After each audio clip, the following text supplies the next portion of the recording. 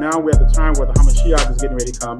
And hidden riches of secret places, that thou mayest know that I am the Lord. Last words, brother. Shalom, ma. All right. Shabbat shalom. Shabbat shalom. All right. Shabbat shalom, Yasharel. Khan, Shabbat shalom, Israel. Shabbat shalom. Bringing you part 2 of the lesson that we were on last week. God hates black people because of this part 2.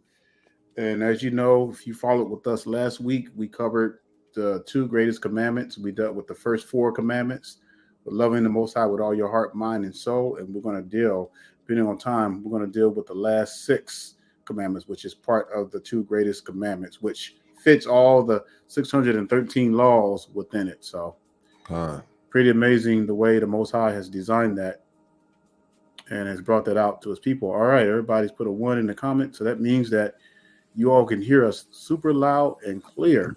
That's right. All right.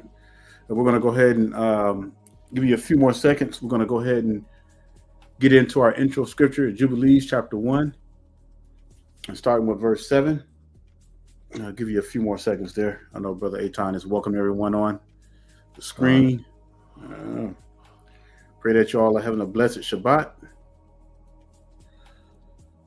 Continue to spread this word, and as more and more people get back to these laws, commandments, and statutes, we're going to see the power rise. We're going to see destruction among our enemies. That's right. It's like it says in Jubilees in Jasher 13:4. If you but guard these commandments and statutes, I will cause your enemies to fall before you. Very powerful statement there. So, all right, brother, you ready? You ready to get it? Let's go. All righty. So everybody should be in Jubilees chapter 1, and we're going to start with verse 7. And it goes on to say, "And do thou write for thyself all these words which I declare unto thee this day, for I know their rebellion and their stiff neck, before I bring them into the land of which I swear to their fathers, to Abraham and to Isaac and to Jacob, saying, unto your seed will I give a land flowing with milk and honey. And they will eat and be satisfied, and they will turn to strange gods, to gods which cannot deliver them from aught of their tribulation, and the witness shall be heard for a witness against them.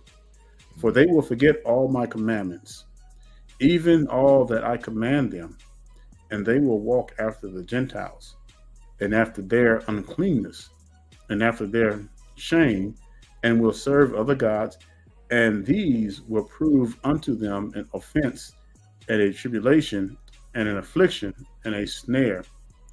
And many will perish, and they will be taken captive, and will fall into the hands of the enemy, because they have forsaken my ordinances and my commandments, and the festivals of my covenant, and my Shabbats, and my holy place, which I have hallowed for myself in their midst, and my tabernacle, and my sanctuary, which I have hallowed for myself in the midst of the land, that I should set my name upon it, and that it should dwell there."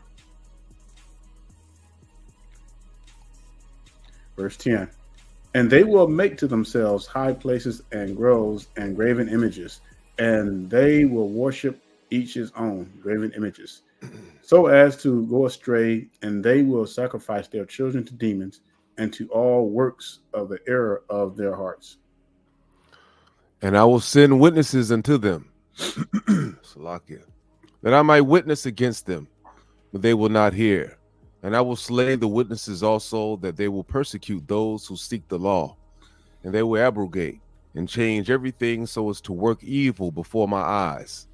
And I will hide my face from them, and I will deliver them into the hand of the Gentiles for captivity, and for a prey, and for devouring. And I will remove them from the midst of the land, and I will scatter them amongst the Gentiles. And they will forget all my law, all my commandments, and all my judgments, and will go astray as to new moons, and Sabbaths, and festivals, and jubilees, and ordinances.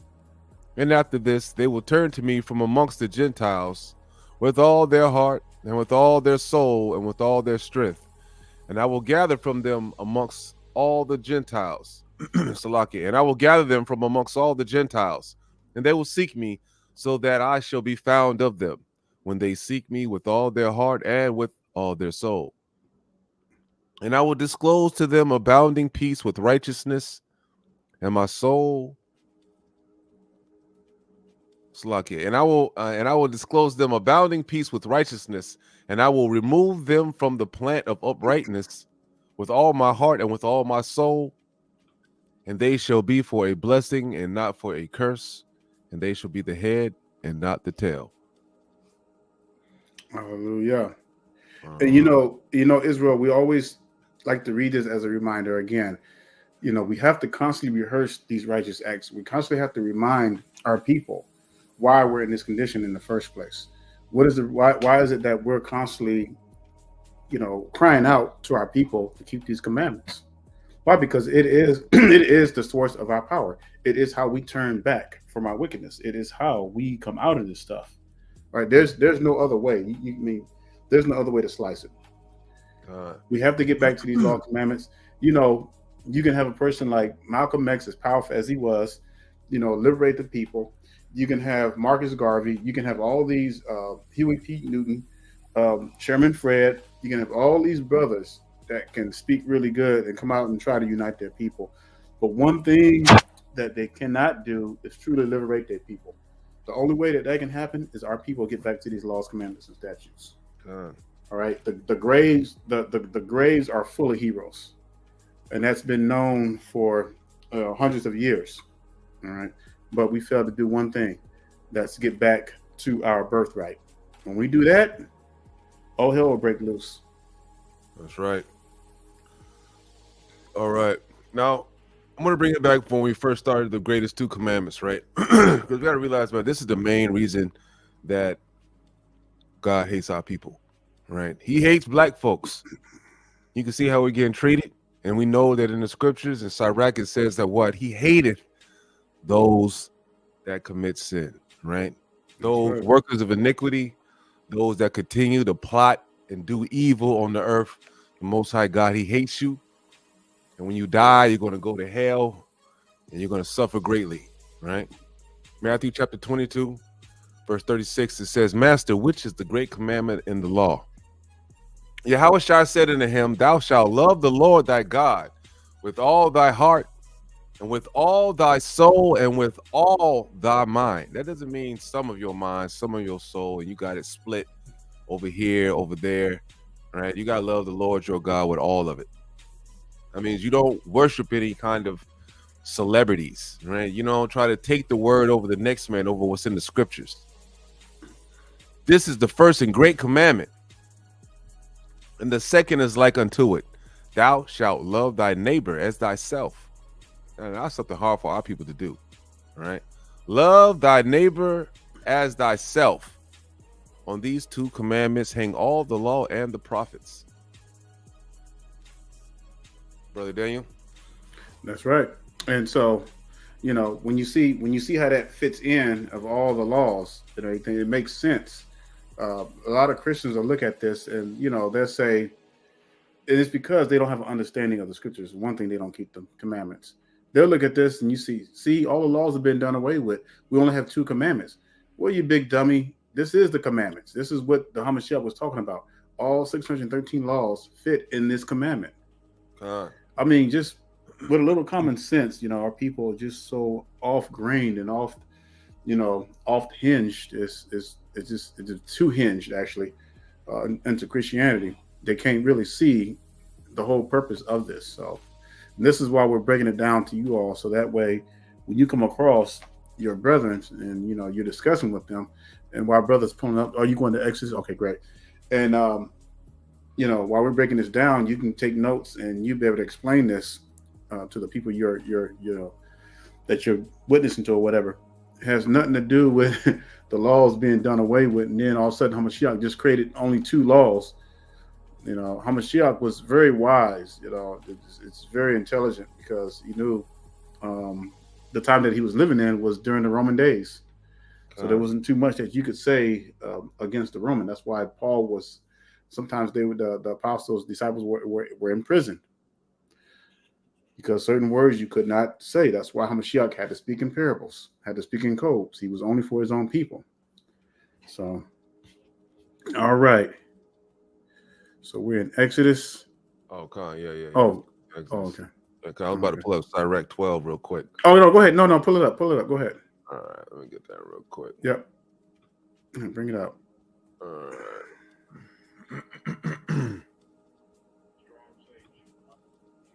Sorry about that. Oh, you good? Huh? Oh. Yeah. All right. Now, this verse right here, this is the one I want y'all to see, right? It says, let me make sure I get this thing saved on there. It says, for Elion, right? Elion, right? Which is another name for the Most High, right? Hates sinners. Mm-hmm. And we pay vengeance unto the wicked and keep them against the mighty day of their punishment. Now, I want y'all to understand that I'm not playing when I'm saying that the Most High, he hates black folks. All niggas, right? Those that are of the Hebrew nation, all so-called black folks, Negroes, colored, whatever else you want to call, right? The Most High hates you if you sin it. And what's sin? Sin is anything that's opposed to the law. That's right. Right? Transgression of the law. That's right. So that means what? If you're breaking the Sabbath every day, if you got a mom that you love dearly, but she don't keep the Sabbath, that's right. The Most High hates it. Right? You got your people, you got your kids, they don't obey the law. The Most High, he hates sinners all the way through and through. This is why you can't come up in life.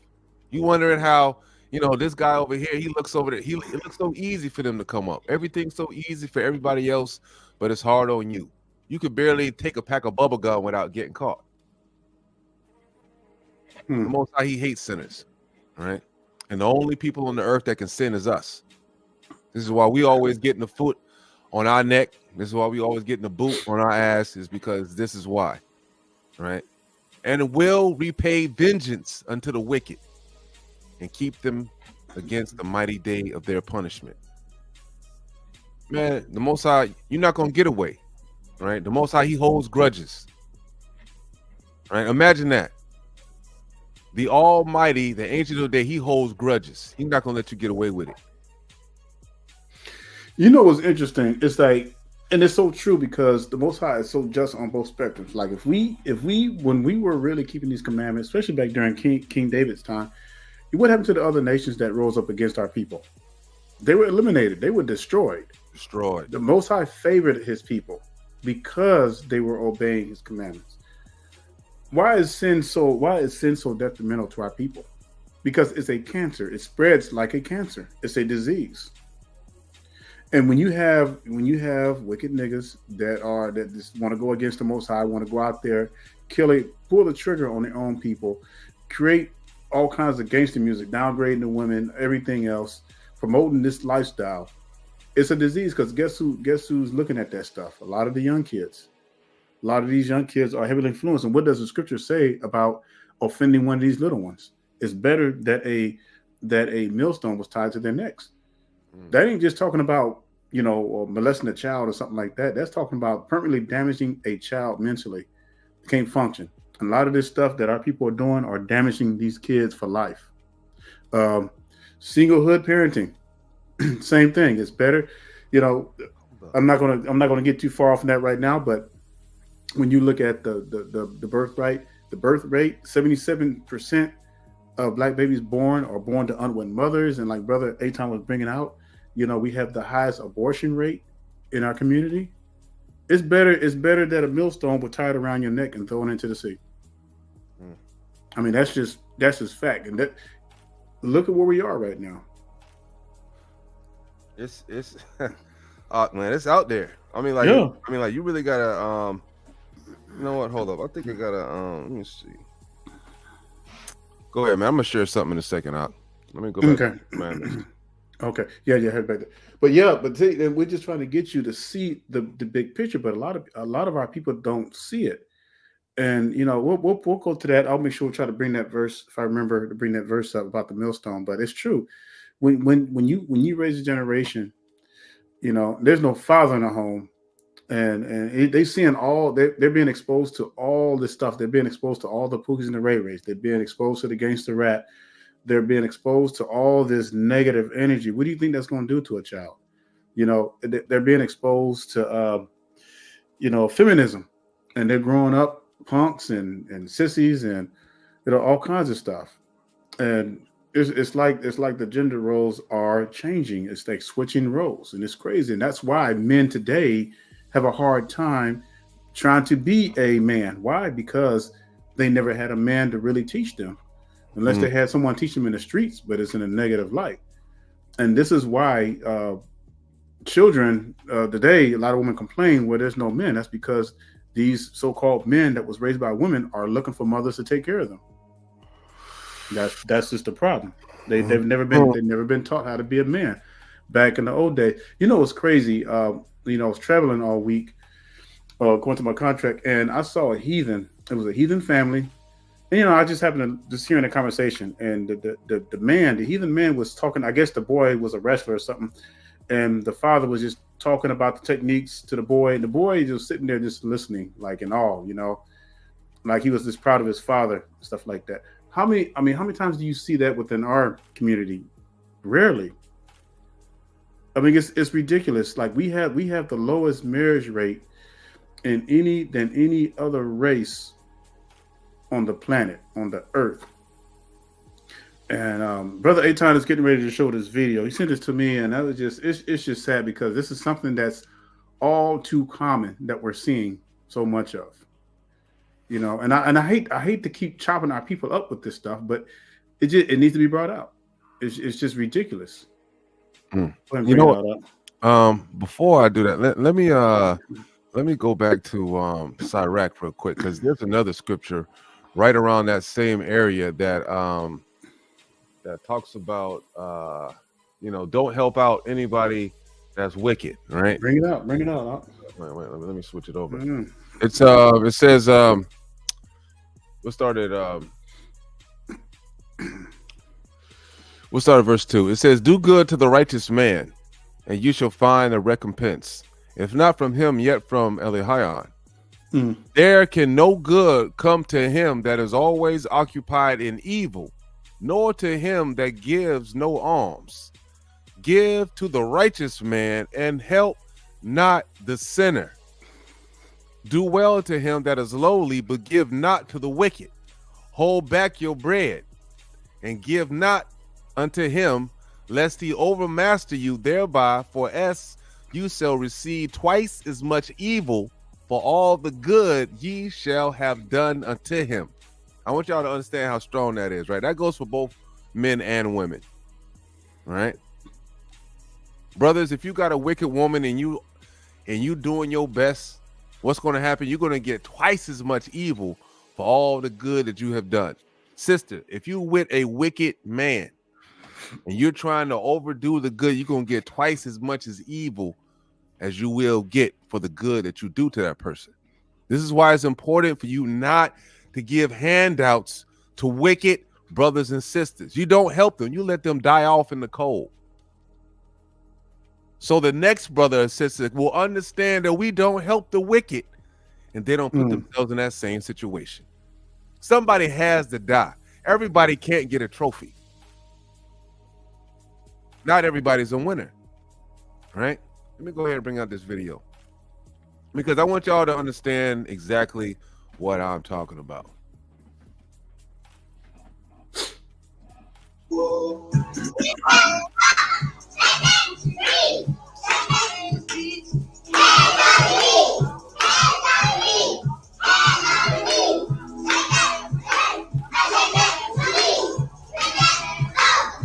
Same.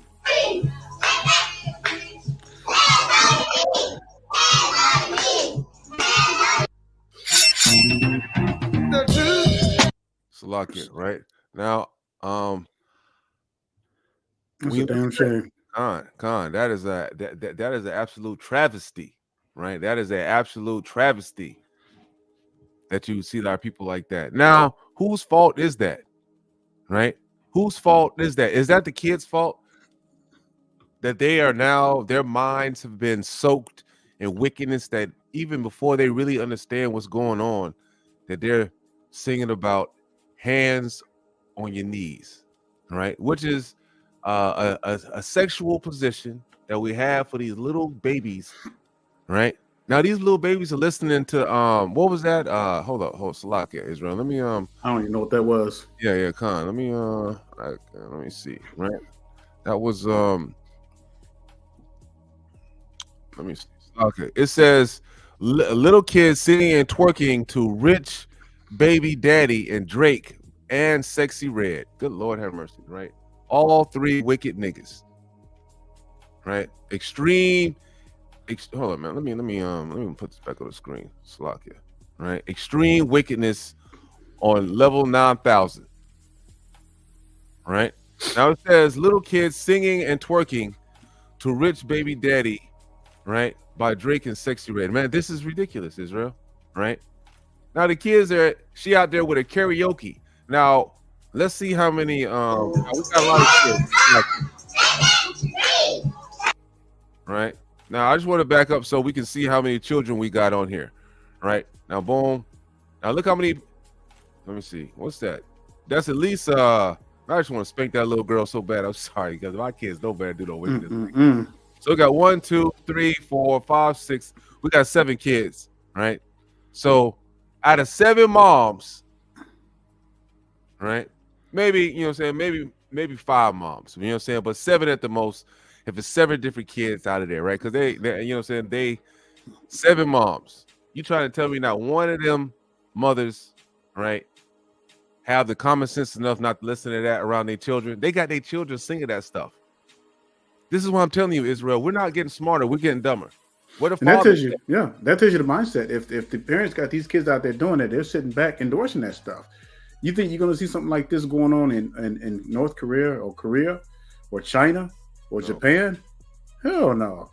Man, they'll probably kill their children and kill the mothers too. They wouldn't tolerate this kind of stuff. It's only us, and then we got enough nerves. We sit here and call this black culture. This ain't black culture. This is not us. This is not the laws, commandments, and statutes. This is not the way of the Most High. It is totally opposite, and it's very degrading. This is the kind of stuff that I'm talking about. That's like a disease. People see this stuff, they think it's okay. Guess what? They're going to start playing more stuff. This is why, China owns TikTok. And what do you think they show to us? Their algorithm, a bunch of stuff like this. Our people acting a fool. But in China, they're not going to play that. You're going to see young boys and girls in the classrooms learning science, or you're going to see other people out there on the range learning how to shoot a weapon, learning how to survive, all that kind of stuff. But with us, it's always foolishness. Come on, Israel. You know what I mean? This is absolute. Now and then they wonder, right? This is how they start young. Now they wonder what's going to happen. This is automatically what? Right? This is whore behavior. This is horse behavior, right? Harlot behavior as a child, right? This is how we start. And what's going on and who's doing this? We know good and well ain't no man up in there, because even the most ratchet Pookie know better than to let his daughter be up in there, making them kind of moves and doing that old crazy stuff. I mean, like, come on, Israel. Now let's be real. You can have the most hoodest dude, and he don't even want his daughter out there acting a damn dummy like that. Now we all know that. Israel, we got to get right. We need the sisters to step up. This is y'all time. Y'all want all this black girl magic and all of this stuff. This is y'all time to step up, grab hold of the reins, like it says in in Titus, and get hold of this situation. Get on these sisters. Right? Mm-hmm. Y'all got the sisterhood that always backs up this stuff. Don't even say nothing. Right? Man, you should be coming in there as soon as you see all that wicked music. Boom, man. Somebody should have tore that doggone karaoke machine, and put on some kind of other kind of music. It should have been something. Yeah, it should have been some elderly Israelite woman coming in with a belt and just started whipping all of them. You won't see nothing like that, though. They condone that stuff. God. Back in the day, I remember the old grandmas, they would whoop your ass. You did something like that. Right. Or walking with your pants down or something. Absolute wickedness, man. Tear that in up. All right. Let's get back to the scriptures. Let me. All right, There we boom. go. There we go. All right. So I'll read the first two, and then you can get the next whatever. So go ahead. What do we leave off with? Oh yeah, we left off on Thou shalt not kill. Yeah, we left off on 13, didn't we? Mm-hmm. All right, kind of. Yep, thou shalt not kill. So just to go over that again, when it says thou shalt not kill, that's talking about, not only murdering your brother, or downing your brother.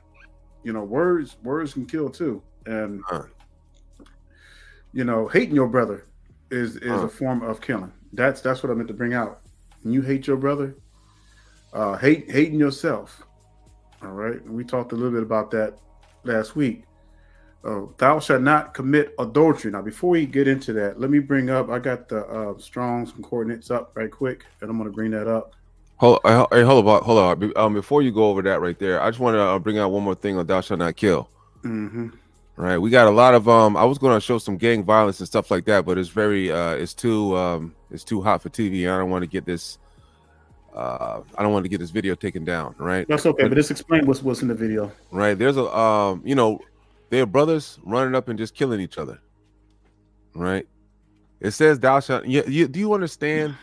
Right, we got all this gang violence in our communities that we always make the national news. We're always on TV talking about this gang and that gang because brothers are so emotional they want to go off and kill each other. Mm-hmm. Right, we got to we got to stop. This is not back in the day when the Most High has gotten 11 tribes going against the wicked tribe of Benjamin because they're homosexuals, right? And the Most High, he's cleansing out all the wicked Negroes. Right, this is not that day. We're not supposed to be running up and down the streets killing our brothers and sisters and robbing and stealing from our own people, right? When the people that rob and steal from you is in your face every day, paying you minimum wage, right? Paying you $12 an hour. When the next dude, he just came in there, he's getting $5 more than you. He doing the same thing. But you want to rob and kill your brother and sister? Come on, man. Let me ask you this, y'all, and y'all can put this in the comment box. Why do you think, from the 50s, I always like to bring up the 50s because that was like the golden age for our people. When you talk about the 50s until now, why the rise of so many of our, especially the men, getting into gang violence and killing one another? Why do y'all think that is? Some of y'all had their answers for that, but why do you think the increase? What's causing this? Why is it that in this time and age we're living in now, that our own brothers are killing each other at an even high, unprecedented rate than before? There's a reason for that. Everything that there's a cause, there's an effect. Cause and effect. Cause and effect. Somebody said rap music. All right, that's part of it. Yeah, that's part of it. But what is the biggest reason that we have an increase of gang violence? It's simple. It's a no-brainer. Were they acting like this in the 50s when the man was in the home? Absolutely not. See, this is the problem. This is going to lead us into the next the commandment. When you take the father, especially the black father, now it's been proven time after time that no one can raise children like black fathers. Black father has the highest ability to raise their children. And the heathens know this. All right. The heathens knew that. They sat down and they planned the whole thing. Let's find a way to take the men out of the home. Let's weaponize the women and find a way to turn the women against the men. Let's teach them that they're more dependent. They're black, proud, independent black women. They don't need a man. You can make it on your own. We'll give them incentives. We'll favor the courts in their favors so that, they have the power and not the man. Because back in the day, in the Torah, if a woman left, you left with nothing. All right. You didn't get your kids. You didn't get none of that.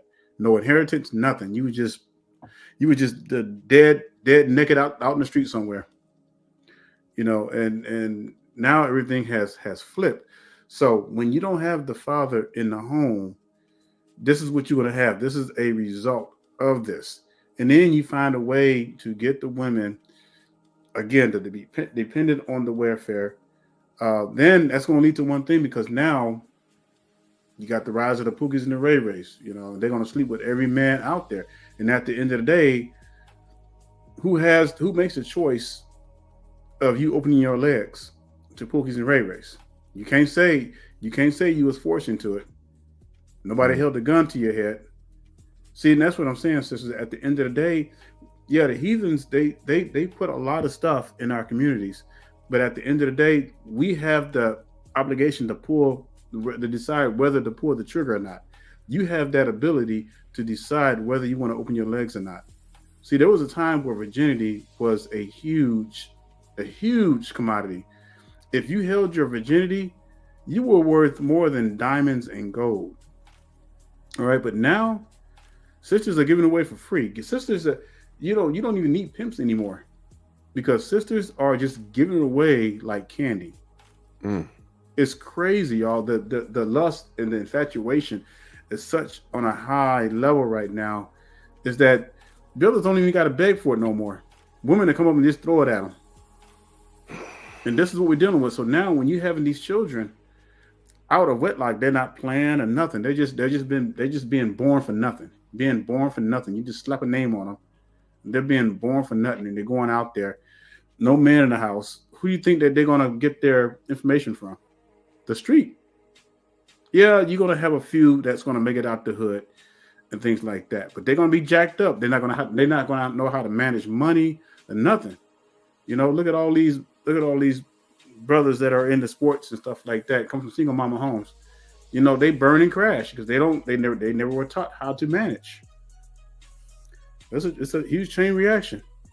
Brother, I think he's about to bring out something there.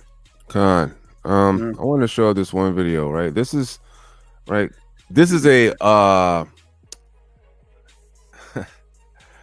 this is what we got going on in our community, Israel, right? These heathen, you know, we really have to be circumspect because they're everywhere around the corner, hiding in bushes, waiting to put you on Front Street. She used to mess around with your dad. She be on Facebook talking about she got all this money and this and that. And honey, That's sad. that is so sad. But she been doing that for a long time. Trying to get around. That's how pitiful she is. That's her daughter now. All right, Israel.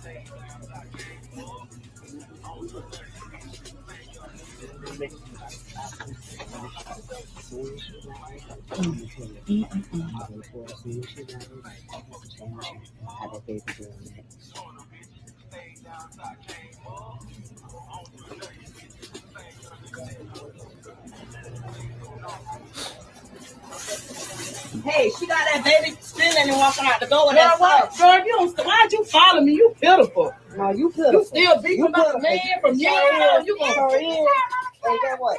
stay out our business how we pay our bills. Stay out. Y'all heard what she said? She said, you still beefing over man that we had years ago. Wickedness. This Lord have mercy, right? And get what? Stay out the door with that stuff. Girl, why'd you follow me? You pitiful. No, you pitiful. You still beating about the man from years ago. You gonna and get what? stay out our business how we pay our bills. Stay out our business. You better go on follow me. You better go on follow me. Oh, what? You better go on follow I got me. you on camera, You baby. better go on I got follow your face me. on camera, baby. Ain't nobody scared. Ain't nobody scared. Y'all better go on. Y'all better go on. I'm not scared of that. I'm not scared. Don't follow me. This how I take care of my children. Okay, This how I I got you take on care of my camera, baby. children. I got You you and on your camera. mammy I been got you happy on to. camera. I Better got go you on on. camera. I'm about to toolie on Baby. him. I got you You on better camera. stay out my business. Baby, ain't nobody worried about that. You shouldn't have that little girl doing that. So All she had to do was get the license plate number. But you know, old dingy harlots, man. Damn. man, And this she is pull out the toolie. this is what these kids are growing up to see. Remember, Israel, the second greatest commandment. It says what? Love your brother as you love yourself. Right? Mm-hmm. If you love yourself, you're definitely not gonna want your kids stealing. All right. And then look at the mentality of the kid. We already see that what number 15 says, thou shalt not steal. Exactly. All right. And there was a time where even sisters, even like it was rare back then for a sister to have babies out of wedlock, but even if they did, you know, shoot, they were strict on their kids. You know, they had some dignity. about themselves. But now, no dignity, no fear for the Most High, nothing. And these are the people that are going to be completely destroyed. Right. Think of the mentality of the child there. Right. She's going to grow up thinking that it's okay to steal. Right. Mhm. You know, like you're not inherently born with the know-how of how to, don't steal, don't kill, don't do this, don't do that. Right. That has to be instilled within you. Right. Brains are receivers. Your mind is a receiver. And then whatever you put into it through your eyes and your ears, those are the things that program your mind to act a certain way. Right there, that child is in for a rough life. If her mother, the person that's raising her, right, and I guarantee you, she's probably one of the mothers that had her daughter, twerking to whatever song, just like the video that we saw beforehand. If she has her daughter's the one, go ahead, sweetheart, push out this buggy full of groceries out because I'm gonna put you on the line instead of myself. Man, that's wicked as hell. And if she's doing that, and at that age, more than likely, she's probably sexually active. Because look at even where they were dressing. You see what the mother had on, you see what the daughter had on, and this is what I'm talking about when the scripture says, it's better for a millstone tied around their neck to offend one of these little ones, and that's exactly what's going on in that video, and so many situations that our people are in. Because like brother Eitan said, that child's going to grow up mentally damaged, and her conception of life is thinking that, hey, I get everything for free. And what did she do when she got caught? Right? When she got caught, she pulled out the Thule. She pulled the gun. She pulled out a gun. Right? Because she was in the midst of wickedness. She decided that she was ready to kill somebody over being wicked, over stuff, or over stealing. This is why we read in Sirach, you're not supposed to help the wicked. You're not supposed to give unto the wicked. You're not supposed to do anything of that nature. You're supposed to let them die off.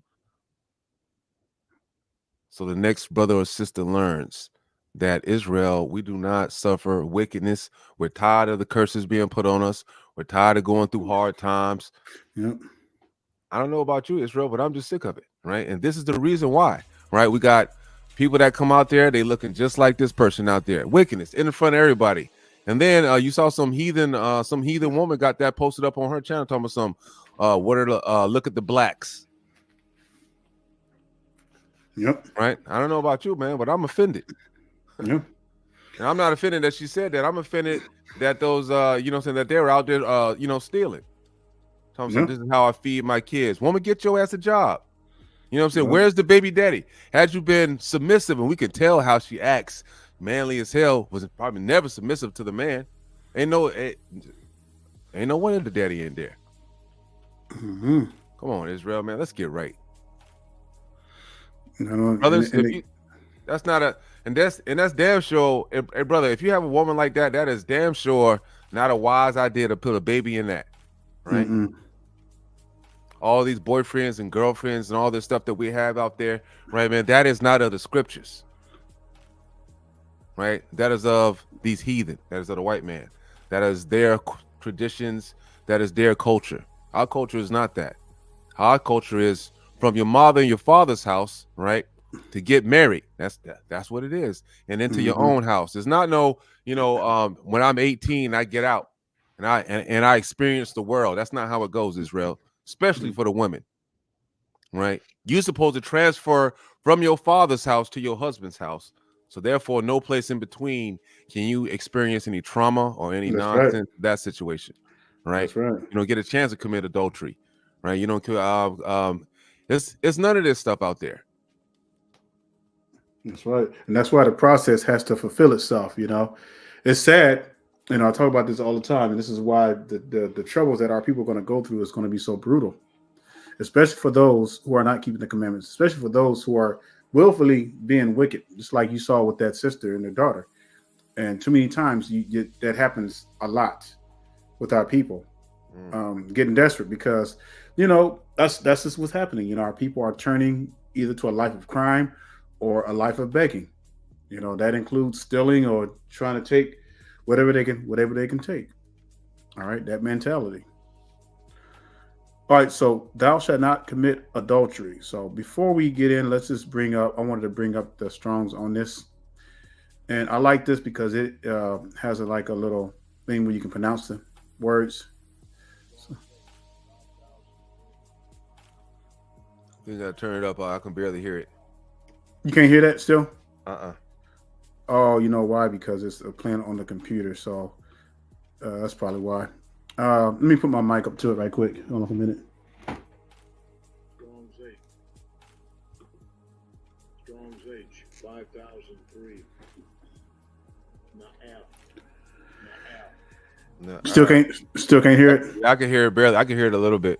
Okay, but for those of you who can't hear it, it's pronounced na'af, and so that's the word for H5003 for adultery. You can see it on the screen, right? Con. Okay. So of course, to commit adultery, usually if a man always with a wife or another, and they got their own interpretation. But what I wanted to bring out was adulterous worship. All right. So it just doesn't have anything to do with a woman cheating on a man or vice versa, but it has a lot to do with in this aspect that it's talking about in the commandments. It's talking about against the Most High. All right, committing adultery. What are ways you commit adultery against the Most High? All right. What about these holidays that are on the earth that our people are celebrating? Uh-oh. That's a huge one. Yeah. All right.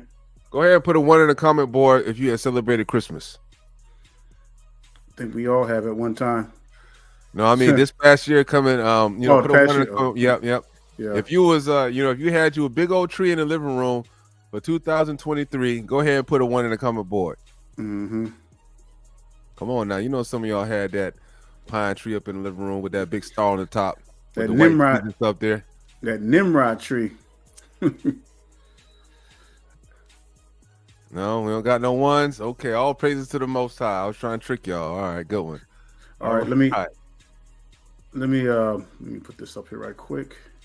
That's right, Brother Phillips. Serving other gods is adulterous. Mm-hmm. All right. So let's go to Deuteronomy 7:25 here.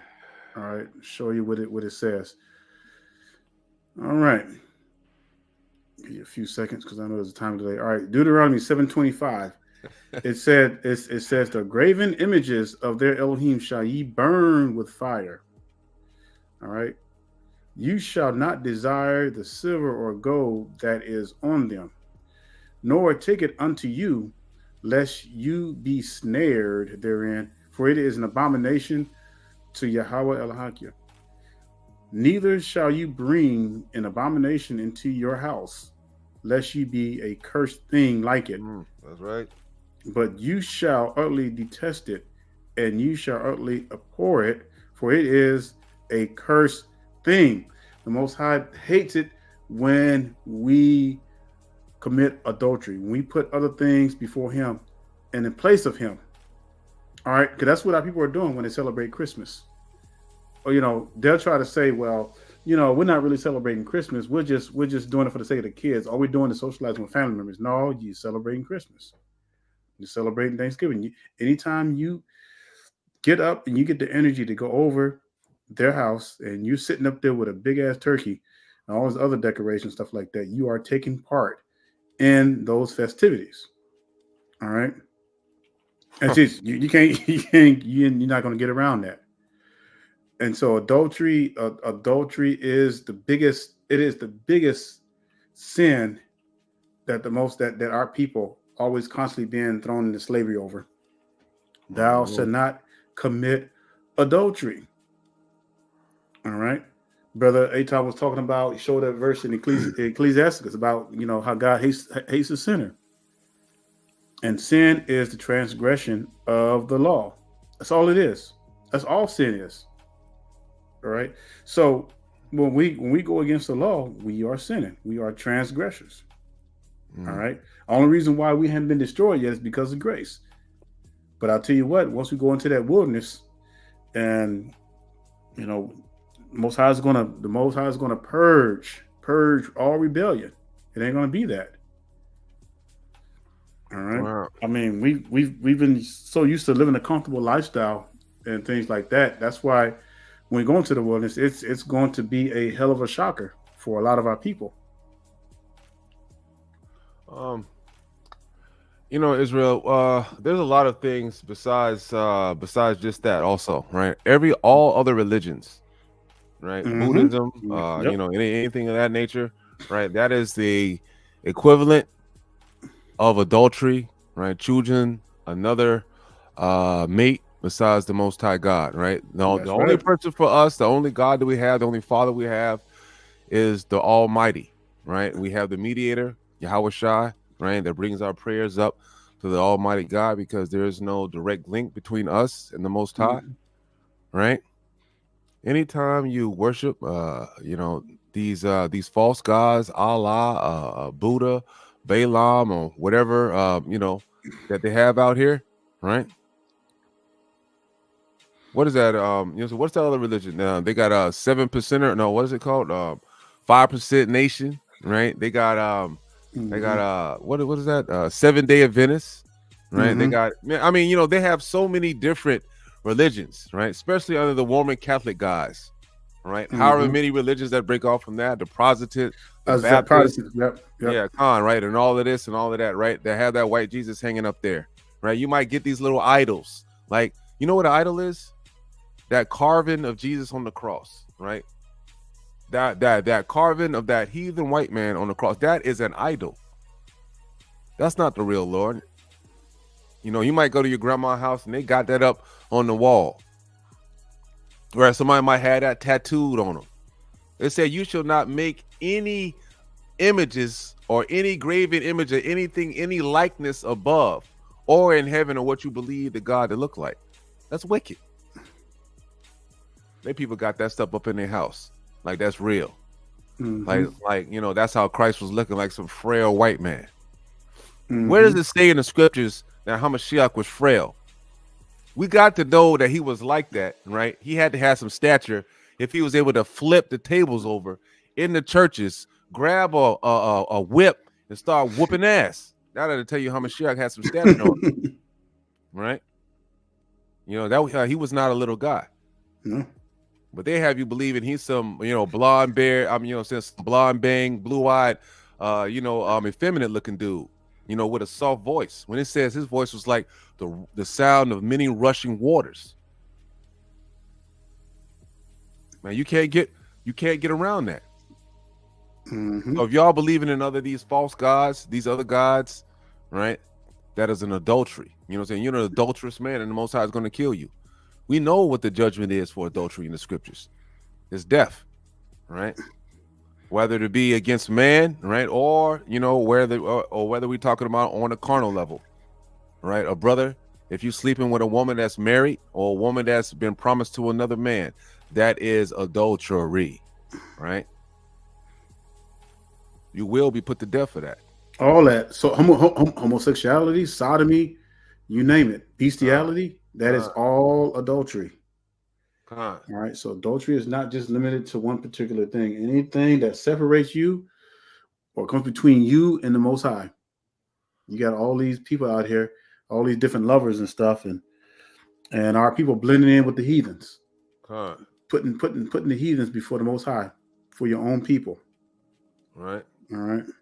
If y'all want a perfect example of like a false god, y'all can go and read the story of Bel the Dragon. Right, go read a story about Bel the Dragon, how they was feeding it or whatever, and then they had these fake men going in at nighttime through a secret door, and they was eating up the food, to try to act like it was real.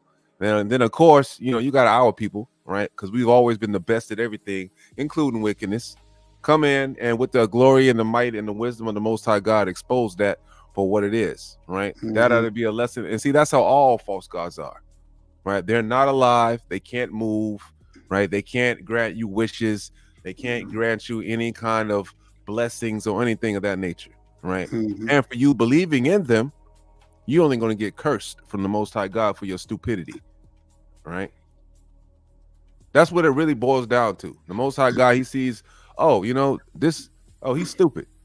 And because he's stupid and he wants to worship things that have no breath, that have no life, that have not one recorded scripture, period, that have done anything for any man on this earth, that you believe in them, for your stupidity, you will be cursed. We got to get tried through the gold. You know, we have to be tried through the fire so we can come out as pure gold on the other end with no kind of impurities. You look at the fallen angels. They were the first ones to commit, that we know of, that's written in the scriptures, to commit adultery. They left their first estate, had spiritual bodies, came down to human flesh. How you do that? Like that's what I'm blown away at. Like, how do you have all that power, and you can do anything? I mean, like, we can't even imagine the power that these fallen angels had, but yet to come down to the fleshly state, to humans that was created a little lower than you, and go into them to have children. And that tells you that, you know, that is a big cut for anybody who says that there were women in heaven, because that right there ought to tell you that there were no women in heaven then. I mean, that's wild, y'all. And for them to give up their spiritual state like that, commit that kind of adultery on the highest level, and the Most High had to destroy all their kids. That's right. And you know what? That's why they're so angry now. They're still alive in the spirit world, because now their children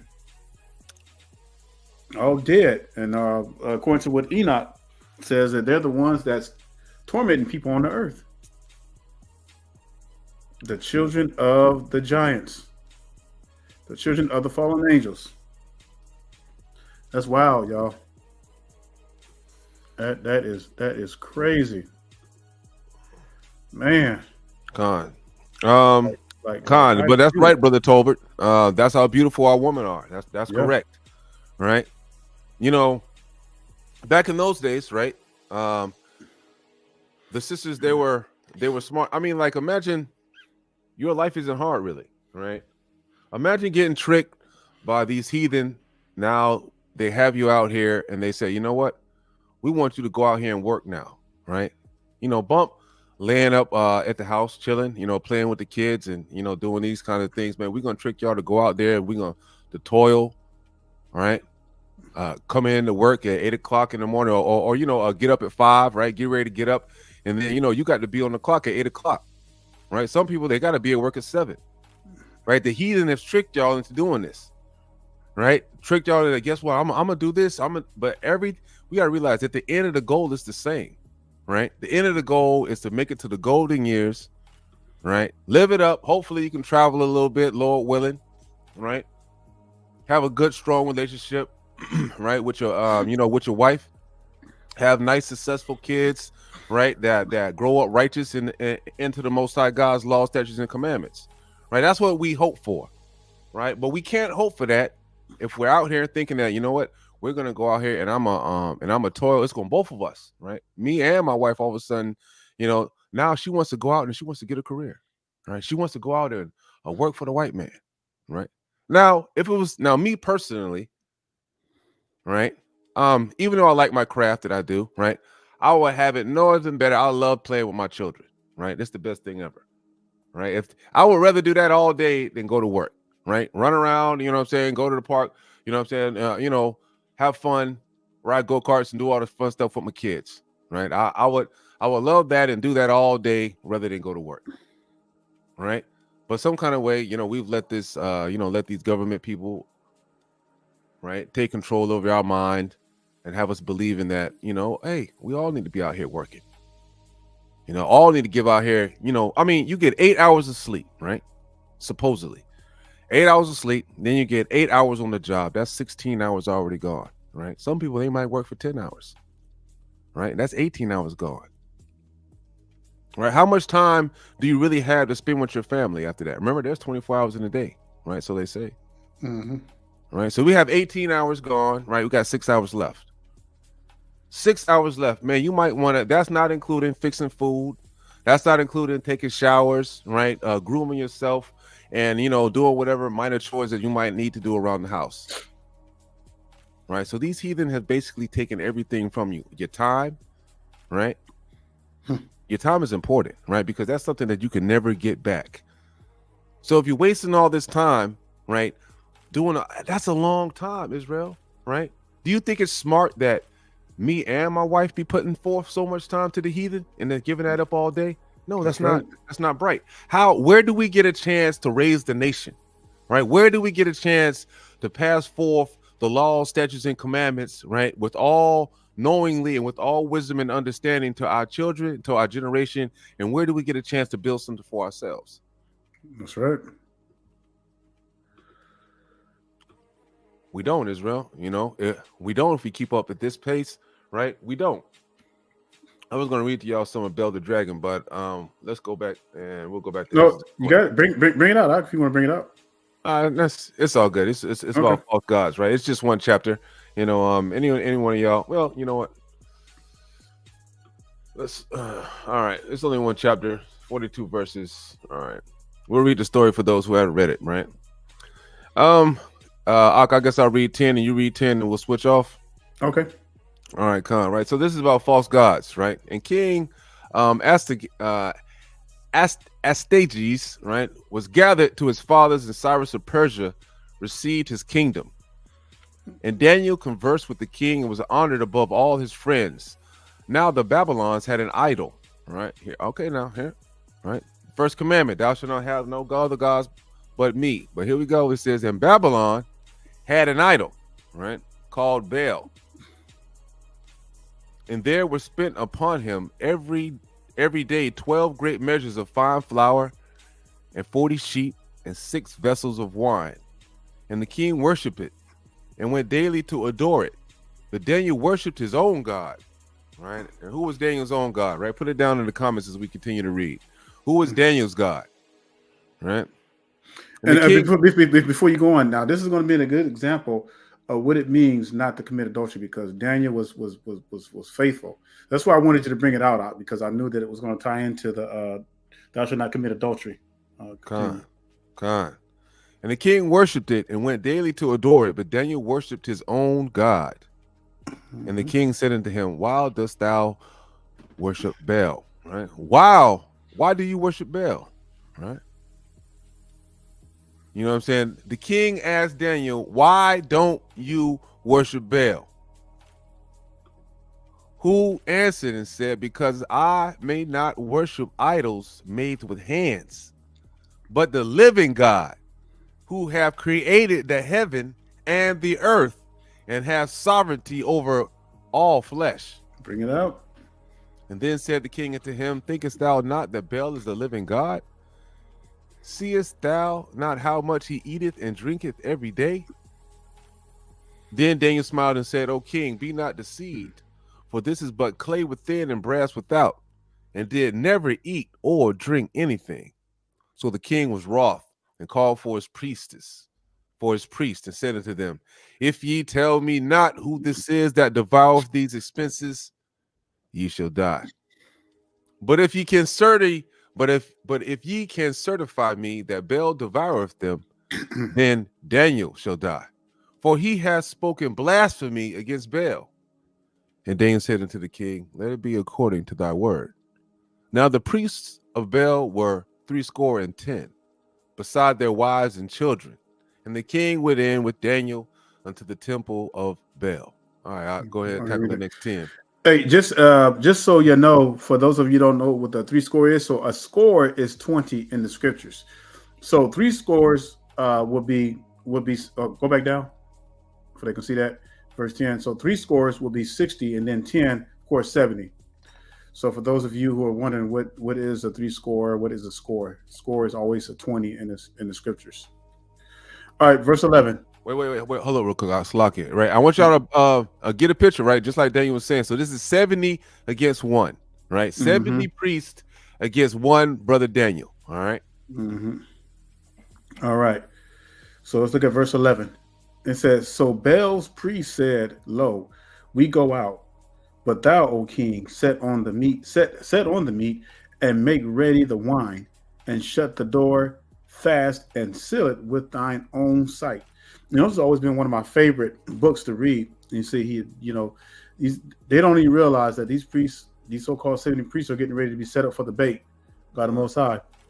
Verse 12. And tomorrow, when thou comest in, if thou findest not that Baal hath eaten up all we have suffered, we will suffer death, or else Daniel that speaketh falsely against us. And they little regarded it, for under the table they had made a privy or a private entrance, whereby they entered in continually and consumed those things. So when they were gone forth, the king set meats before Baal. Now Daniel had commanded his servants to bring ashes, and those that strewed throughout all the temple in the presence of the kings alone. Then went they out and shut the door and sealed it with the king's signet, and so departed. Okay. Hey, You want to go ahead and scroll that up right quick to yeah, 15? Con. Hey, y'all, hey, right. Do y'all see what Daniel did right there? So, like, why would you do that, right? Mhm. Why would you bring ashes and then throw it on the floor? Exactly. Right? You gotta see where, you know, Yep. man, he's already a detective. Yep. You already have the mind of a detective. You know what I mean? Let me go ahead and you know, throw this down real quick. You know why? Yeah. Because you'll be able to see if somebody travels through there. If somebody fact. has, you know, messed up the ashes or something like that. Right? Mhm. Go ahead, Salaki. And if you ever walk through ashes is like a substance that can really get the finite details of a footprint better than dirt can. You know, it's crazy. Go ahead, scroll up there out to it showing 15. Okay, con. Yeah. Wait, hold up. Where you at? I need to read verse 15. All Start right. at verse 15. All right. So it says, now in the night came the priests with their wives and children, and they went to do and did eat and drink up all. Y'all hear that? It says came the priests at night. I mean, yeah. Now in the night came the priest. I mean, these are some slick devils, man. He brought his whole family. They brought their whole family with them. You know what I'm saying? Mhm. They brought their whole family eating up the sacrifice. Everybody could, boy. It says in the morning bedtime. It says in the morning bedtime, the king arose and Daniel with him. And the king said, Daniel, are the seals whole? And he said, Yea, O king, they be whole. And as soon as he had opened the door, the king looked up upon the table and cried with a loud voice, Great art thou, O Baal, and with thee is no deceit at all. Then laughed Daniel and held the king that he should not go in, and said, Behold, now the pavement, and mark well whose footsteps are these. Got him. Man. Yep. This says, and the king, oh shoot. I'm gonna scoot up to 20, Slocky. All right. Okay. It says, and the king said, I see the footsteps of men, women, and children. And then the king was angry. Dang. Oh, family members, boy. And I'm gonna start at 21. Okay. And it says, and the priests with their wives and children who showed him the privy doors where they came in and consumed such things was where upon the table. Mm-hmm. Right, so they had private doors there, right? Some kind of secret entrance, right? And therefore the king slew them and delivered Baal into Daniel's power, who destroyed him and his temple, right? So them boys was busted, right? So they he found out when he laid the ash down that had showed Daniel where the secret entrances were, because I guess they were too slow to understand that you know, he was going to be able to see their footprints. Now I want y'all to see the meaning. It says therefore the king slew them. Now that has to mean that it was the children too. Everybody, all of them died up in there. That's right.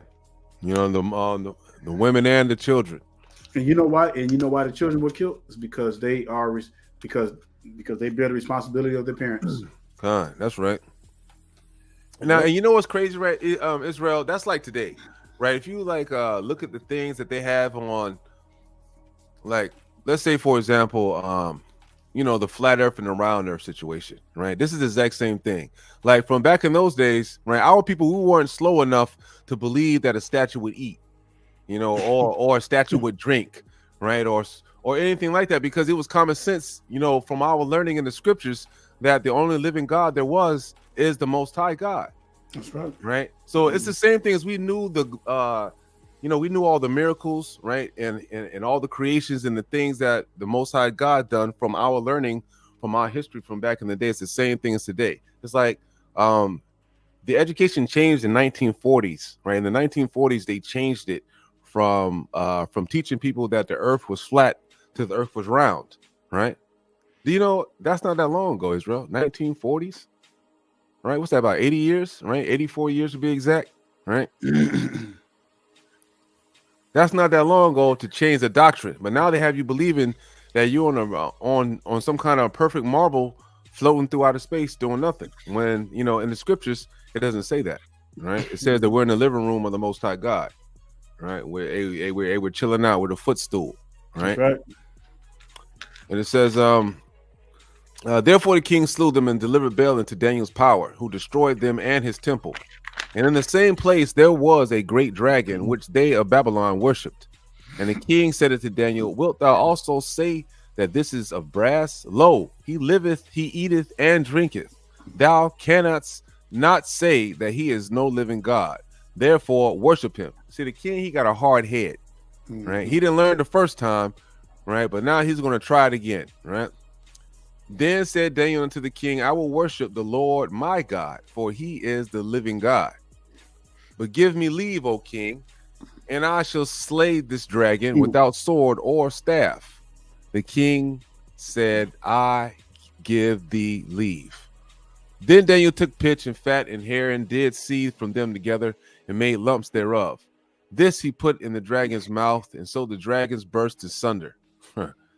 Destroy that thing. Daniel said, lo, these are the gods you worship. And they of Babylon heard that, they took great indignation. I mean, they were mad, right? They was hating on him, right? Great hurt. And conspired against the king, saying, the king has become a Jew, that he has destroyed Baal. He has slain the dragon and put the priest to death. So they came to the king and said, deliver us Daniel, or else we will destroy thee and thine house. Now when the king saw that they had pressed him sore, being constrained, he delivered Daniel unto them. 31. Yep. All right. Who cast him into the lion's den, where he was 6 days.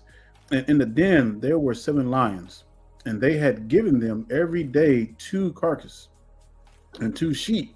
So they was feeding these lions, which then were not given to them to the intent they might devour Daniel. Now there was in Usury a prophet called Habakkuk, who had made pottage and had broken bread in a bowl, and was going into the field for to bring it into the reapers. But the angel of the Lord said unto Habakkuk, go, carry the dinner that thou hast into Babylon unto Daniel, who is in the lion's den.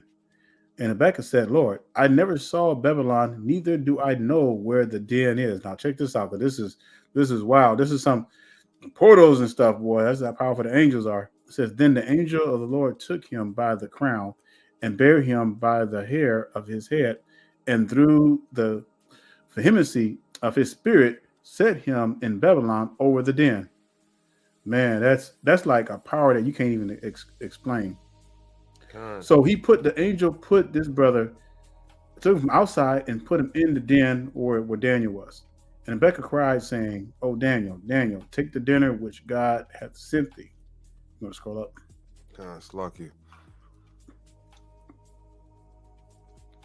Reading verse 38 next. Yeah, scroll some more. What, scroll some more?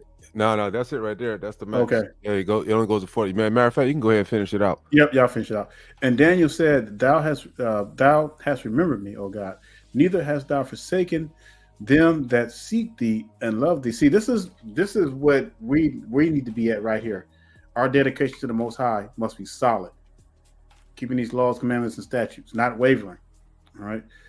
It goes on to say, so Daniel arose and did eat, and the angel of the Lord set Habakkuk in his own place again immediately. So after he set him through, we don't know what that looks like, but it was a power. However, whatever he went through to bring him to before Daniel, took him right back to where he came from. And it says, upon the 7th day, the king went to bewail Daniel. And when he came to the den, he looked in and behold, Daniel was sitting. Then cried the king with a loud voice, saying, Great art thou, Lord God of Daniel, and there is none other besides thee. And he drew him out and cast those that were the cause of his destruction into the den, and they were devoured in a moment before his face. It's like it's like the Almighty like made them so hungry. It's like he felt their bellies when Daniel was in there. Then all of a sudden he took that hunger. He brought that hunger back when it came to throwing his enemies in there, and they just tore them up, boy. Man, that's crazy. That had to be brutal, man. God. You don't mess with the Most High's people, especially when they keeping the commandments. Oh no, man. Hey, go to. I want to bring out something. Go to Jasher. Like I want to just show you, Jasher chapter 13. Are we there? And verse 4. I mean, it tells you. It says, and now therefore, if thou wilt hearken to my voice and keep my commandments, my statutes, and my laws, then will I cause thy enemies to fall before thee. Y'all hear that? And I will multiply thy seed like the stars of heaven, and I will send my blessing upon all the works of thy hands, and thou shalt lack nothing. Why do our people want to constantly commit adultery against the Most High? That's just mind blowing. How come our people want to continue to be wicked? Why do you want to worship other gods? Why do you want to celebrate these holidays? Why do you want to mix with these damn heathens? You know, it ain't doing nothing. It's not doing nothing either. No, see that it's not doing nothing and still doing it. You know, it's crazy, y'all. I wonder why our people are in the condition that they're in. All right, unless you got something, brother, we can go back to Exodus 20. God. Going to the next commandment. Let's get it. All right. So we talked about thou shalt not kill, thou shalt not commit adultery, thou shalt not steal. Now there's so many ways. Like what's some ways that you can steal from the Most High? By not communicating, disrespecting his laws, taking his blessings in vain. It is so many. But I want to bring up a verse right quick. Talk about against your brother, because we were told not to charge usury against our own brothers. But we do that all the time. So let me pull that up. Okay. Yeah. So Deuteronomy 23 and verse 19, and it says, "You shall not lend upon usury to your brother." Now, for those of you who wonder what usury, it's like of today, what you would charge interest. That's right. Or like an interest off of a loan or something. So if you borrow money from a brother, or they promise to pay you back, let's say it's $30, it's $20, whatever, then you're only supposed to pay that 30 back. All right. But if you sit there and you charge like 50% interest off the 30, and it says, hey, that's wrong. You can't do that. But it goes on to say, let me read that again. It says, "You shall not lend upon usury to your brother, usury or money, usury of victuals, usury of anything that is lent upon usury." All right. So you're not supposed to charge any kind of interest on something. Whatever they owe you, that's what they owe you. You're not supposed to be like, hey man, I know I'm gonna put interest on it, so I want the money you owe back, and I want a couple of those menorahs you got. On top of that, you can't do that. That's the same thing if you're working in a bank, right? If you out there giving loans out, and you got high interest loans, you're working in one of these auto lender places or any of these things like that, these little loan offices. If you up in there, right, handing out loans, you're mixed up in sin. The heathen got you tricked. You don't even know it, but you're mixed up in sin. You're giving your brother usury. Yep. Yeah, that's why we shouldn't be working those jobs and everything. God.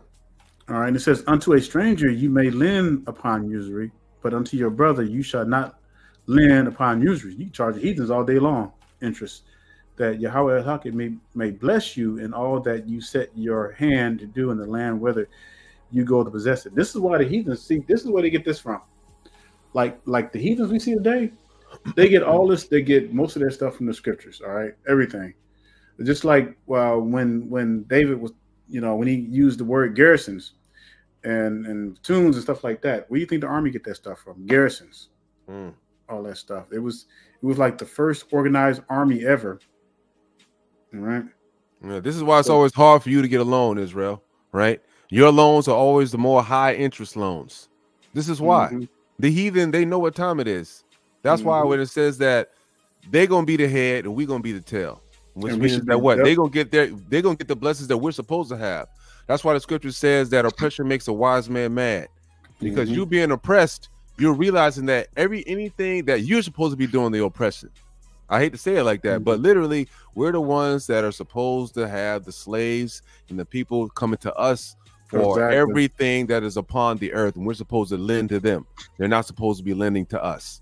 Exactly. And it explains that in Deuteronomy 28. If you read that, you'll see exactly. We were supposed to be the lenders, but that's the other way around now. These people are the lenders. That's why you got all these what you call these cash credit places where you get cash, but then they charge you like 80% on interest on that stuff. I mean, it's crazy. This is what the heathens do to our people. Like brother said, this is why it's so hard for our people to get loans, because they're going to make sure they take care of their own people. For us, because we're so far at the bottom, we're disrespected. And this is going to say, if you got money in this world, you always get respected. And that's the way the heathens have built this economy off of. So when it says thou shalt not steal, not only usury, but period. Don't steal from your brother. You borrow from your brother, pay your brother back. Stealing his goods and all kinds of stuff. And that's the problem with our people today. Just like you saw what Aton showed you, having a little girl, innocent little girl walking out with a buggy, thinking nobody's gonna say nothing to her. The mama had her doing it. Yeah, and that's just pure evil right there. God. It's better that a millstone is tied upon her neck and thrown into the sea. Because that mother has damaged that woman for life and everything. All right? Yeah, I mean, like they don't think they're gonna have to pay for this stuff, right? You doing this stuff to the kids, and they just figure that, that's how you know how what is it? We have a reprobate mind, godless, right? The mind has become godless to the point where you don't believe that there will be any kind of recompense for wicked actions. That you think you can just do this kind of thing. Yeah, I'm gonna turn the son or the daughter, I'm gonna turn the child against the father, I'm gonna turn the child against God, I'm gonna turn the child against keeping the commandments. I'm just gonna raise the child in my own image of straight wickedness. What do you think is gonna happen to you? Like, you're gonna come into judgment for those things, right? This is the most. He said that he's going to recompense all wicked actions against him. Most High holds grudges, right? When it talks about those are that's do not steal, right?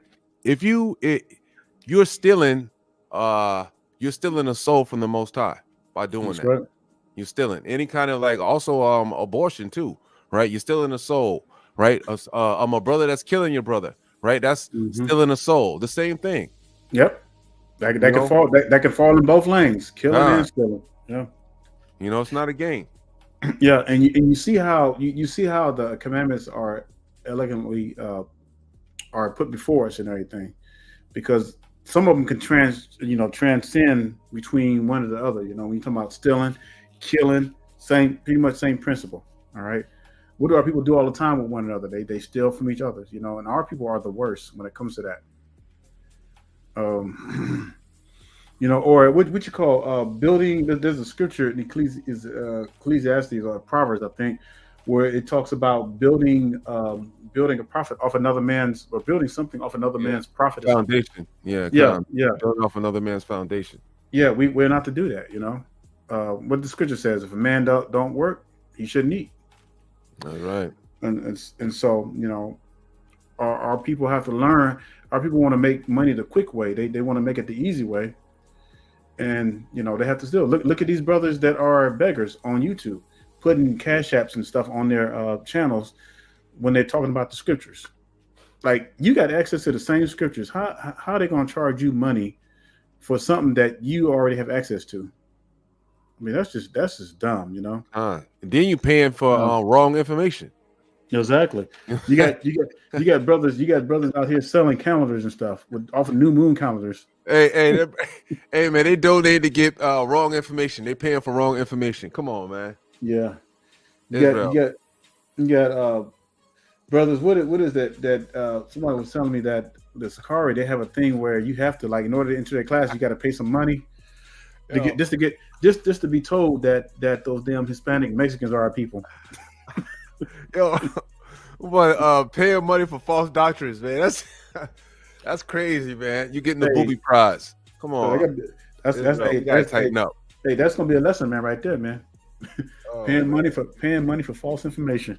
Oh, that's wow. And then y'all funding them to continue to push fallacy. That's crazy. Well, it's just like the Christian churches today. Look, I'm gonna tell you something. The biggest business in the world is not the food chains. It is not these big companies. It's not Apple. It's not Google. But you know what the biggest company in the world are? It is the chains. It is these churches. Con. Man, these churches. If you were to take all the churches in just in the United States alone and combine the money that they're receiving from the people, man, it would equal out to trillions of dollars. Con. And America has more churches than any other place on the earth, boy. Just in my area alone, like within a 7-mile radius, I counted like 40 churches, y'all. 40 different churches. It's super wicked. You know, our people have found a way to tap into wickedness so bad. All you gotta do is just put up a church building, get a 501c3, you can take all the money from the people you want. False information. That's right. And they're not teaching them nothing in these churches. Right. And then not only that, right, I was listening to something, I forgot where it was, but all the Christian churches, they have their own particular bank that they get loans from. Right. Yeah. But the only way that you can get a loan from these, from this supposedly Christian bank is that you have to teach their doctrine. Yep. Do you know how wicked that is? Right. So all of these churches that get these bank loans and things of this nature, right, they have gotten this from a bank that tells them that they can only teach a certain kind of doctrine. And guess what doctrine that is? That's the doctrine that everybody can be saved, and the doctrine that you can be grafted in, right? The doctrine of falsehood, the doctrine of you don't have to keep the commandments to get anywhere, right? The doctrine of all you have to do is believe and you will be saved. You don't have to do anything. You can be wicked as hell. You can come to the church as a man dressed as a woman, and the Most High will look favorably upon you, right? The doctrine of a homosexual Bible they have now, right? They have all kinds of wickedness that they're trying to push, which falls right up under the next commandment: "Thou shalt not bear false witness against thy neighbor." Yep. And what do you see? And what do you see in the entertainment world all the time? All this gossip and all this other kind of stuff. God, right? If you bearing false witness against your neighbor, that's you bearing false witness against the scriptures. Really, if you really think about it, right? Your neighbor is your brother, right? Like it says in the scriptures, right? Your neighbor really means your brother. If you bearing false witness against your brother, you could be lying on the scriptures too. That falls right up under false doctrine as well. Or, right, man, the other day I heard something on the news where this sister and this brother, they had a falling out in their relationship, and once the brother stopped dealing with the sister, she spread an insane lie and said that he had AIDS, right? He had HIV. Well, which it wasn't true, but I guess she wasn't smart enough to realize that would have mean that she had it too. But just to tarnish his reputation, right? Bearing false witness on her brother, she said that just for some reason, right? Because she was hurt. I'm guessing that's why she was hurt, right? Which also goes back to what we always talk about in the commandments, that we need to don't be out there just sleeping with anybody. You're not supposed to do that. Supposed to marry, so we don't have that, right? Go ahead, Salakia. Yeah. Let's go to 17, right? That should be pretty much self-explanatory, right? Thou shalt not bear false witness against thy neighbor. No lying on your brother, right? Do your due diligence. Figure out anything. If you have a a suspect about something that's going on, or you think that somebody did you wrong before you decide to say thou sayest or thou doest, make sure you get your ducks in a row. Make sure that's the real perpetrator. Verse 17. No, but before I was trying to pull up. So the scriptures, I know it's in Ecclesiastes somewhere, but it talks about how don't judge your brother until you've seen the whole matter, because a lot of times we just assume stuff about our brother, but we have not considered the whole matter of the whole situation.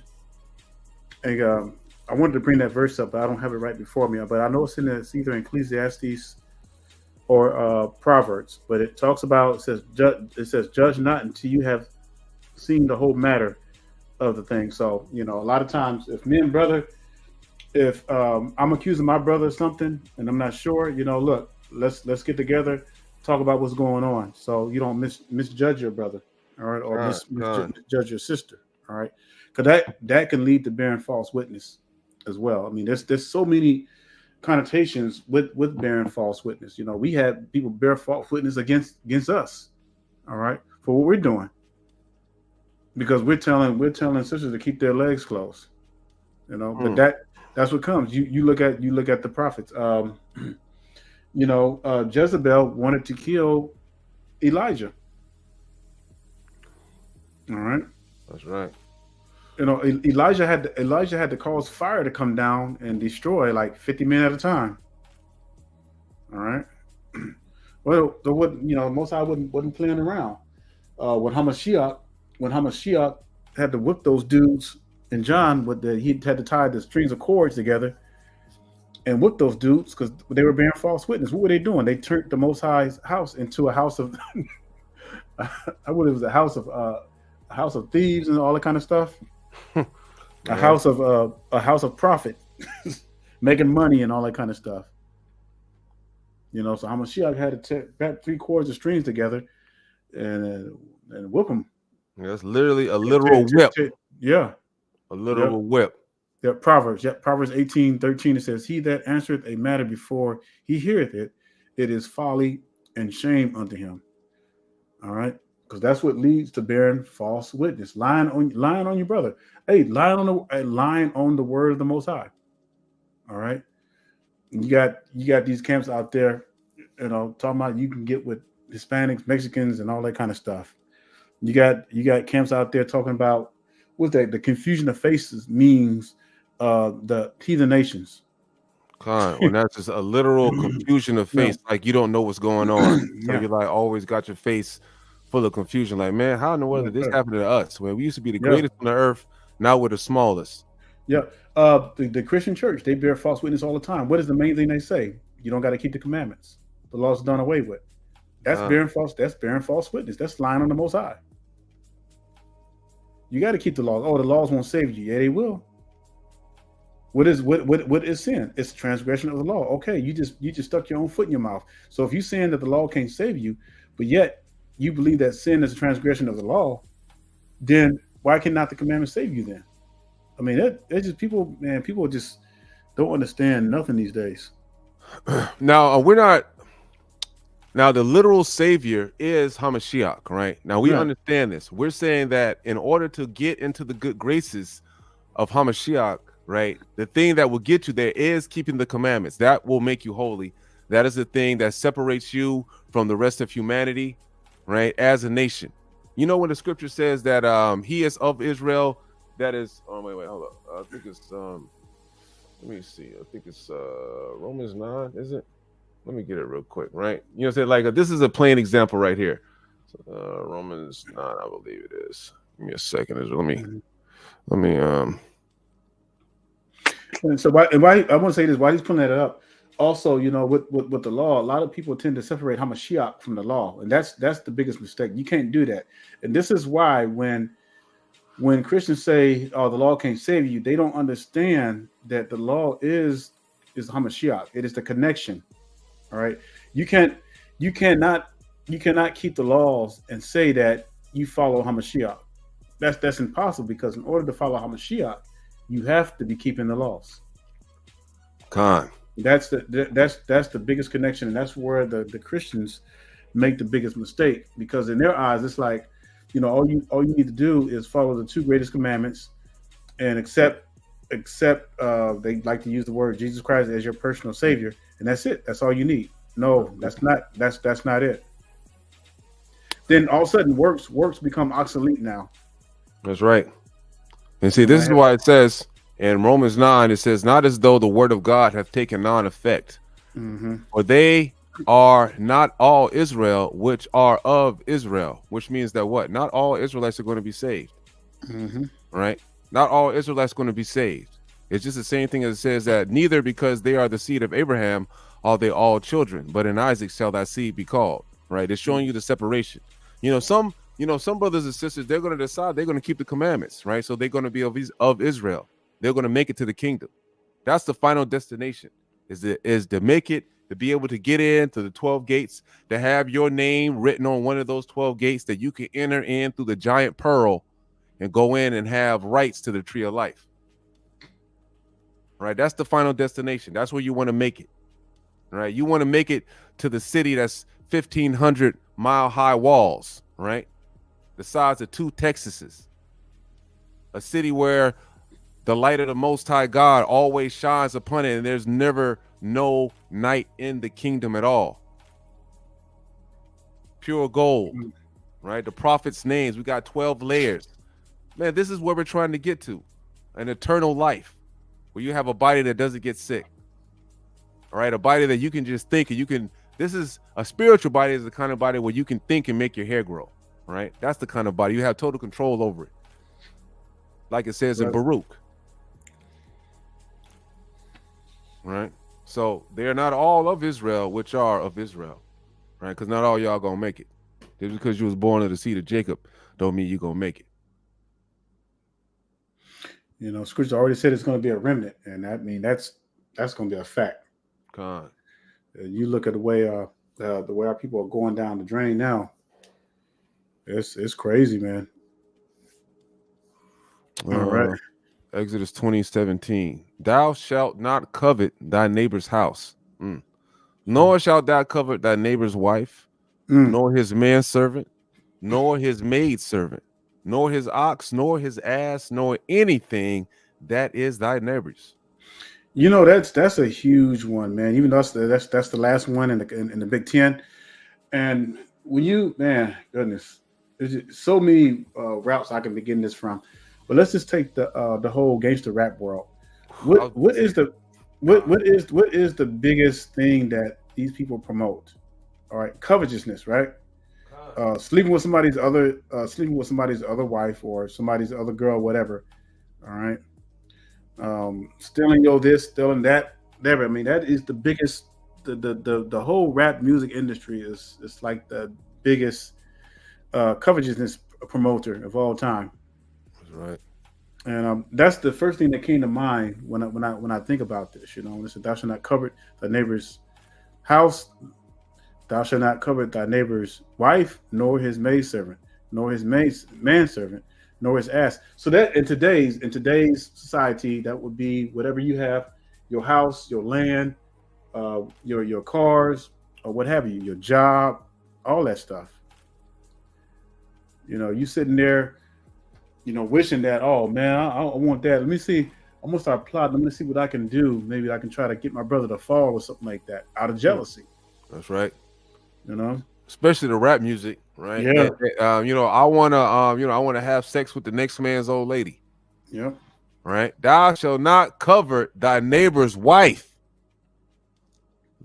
Right. And what is a genre of music that's always causing the most murders? Rappers. How many?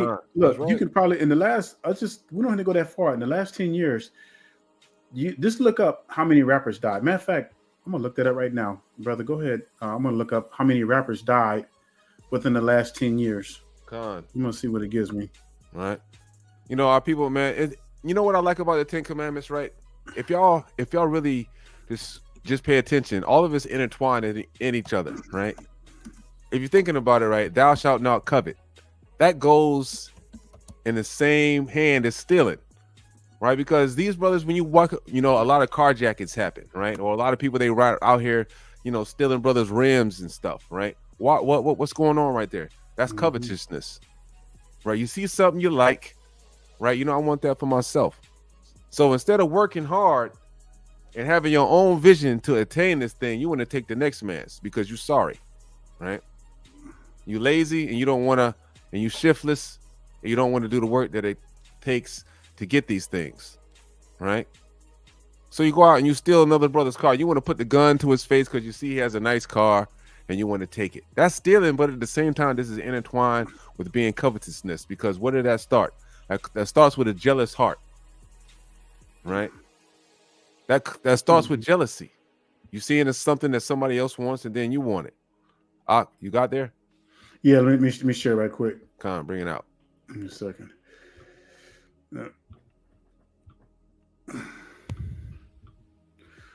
All right, so 10 years ago, so what is it's 2024 right now, so we're looking at 20, so we'll start from 2014. All right. So let's go here, 2022. All right. Can you see the screen up? I can see it. Yeah, that's clear. All right. All right, so let's look from 20, we'll start right here. We'll start with 2015, all right? You got, and these are the age at death rate. Let me see. Damn. Look how young they are. Let me see the numbers right quick.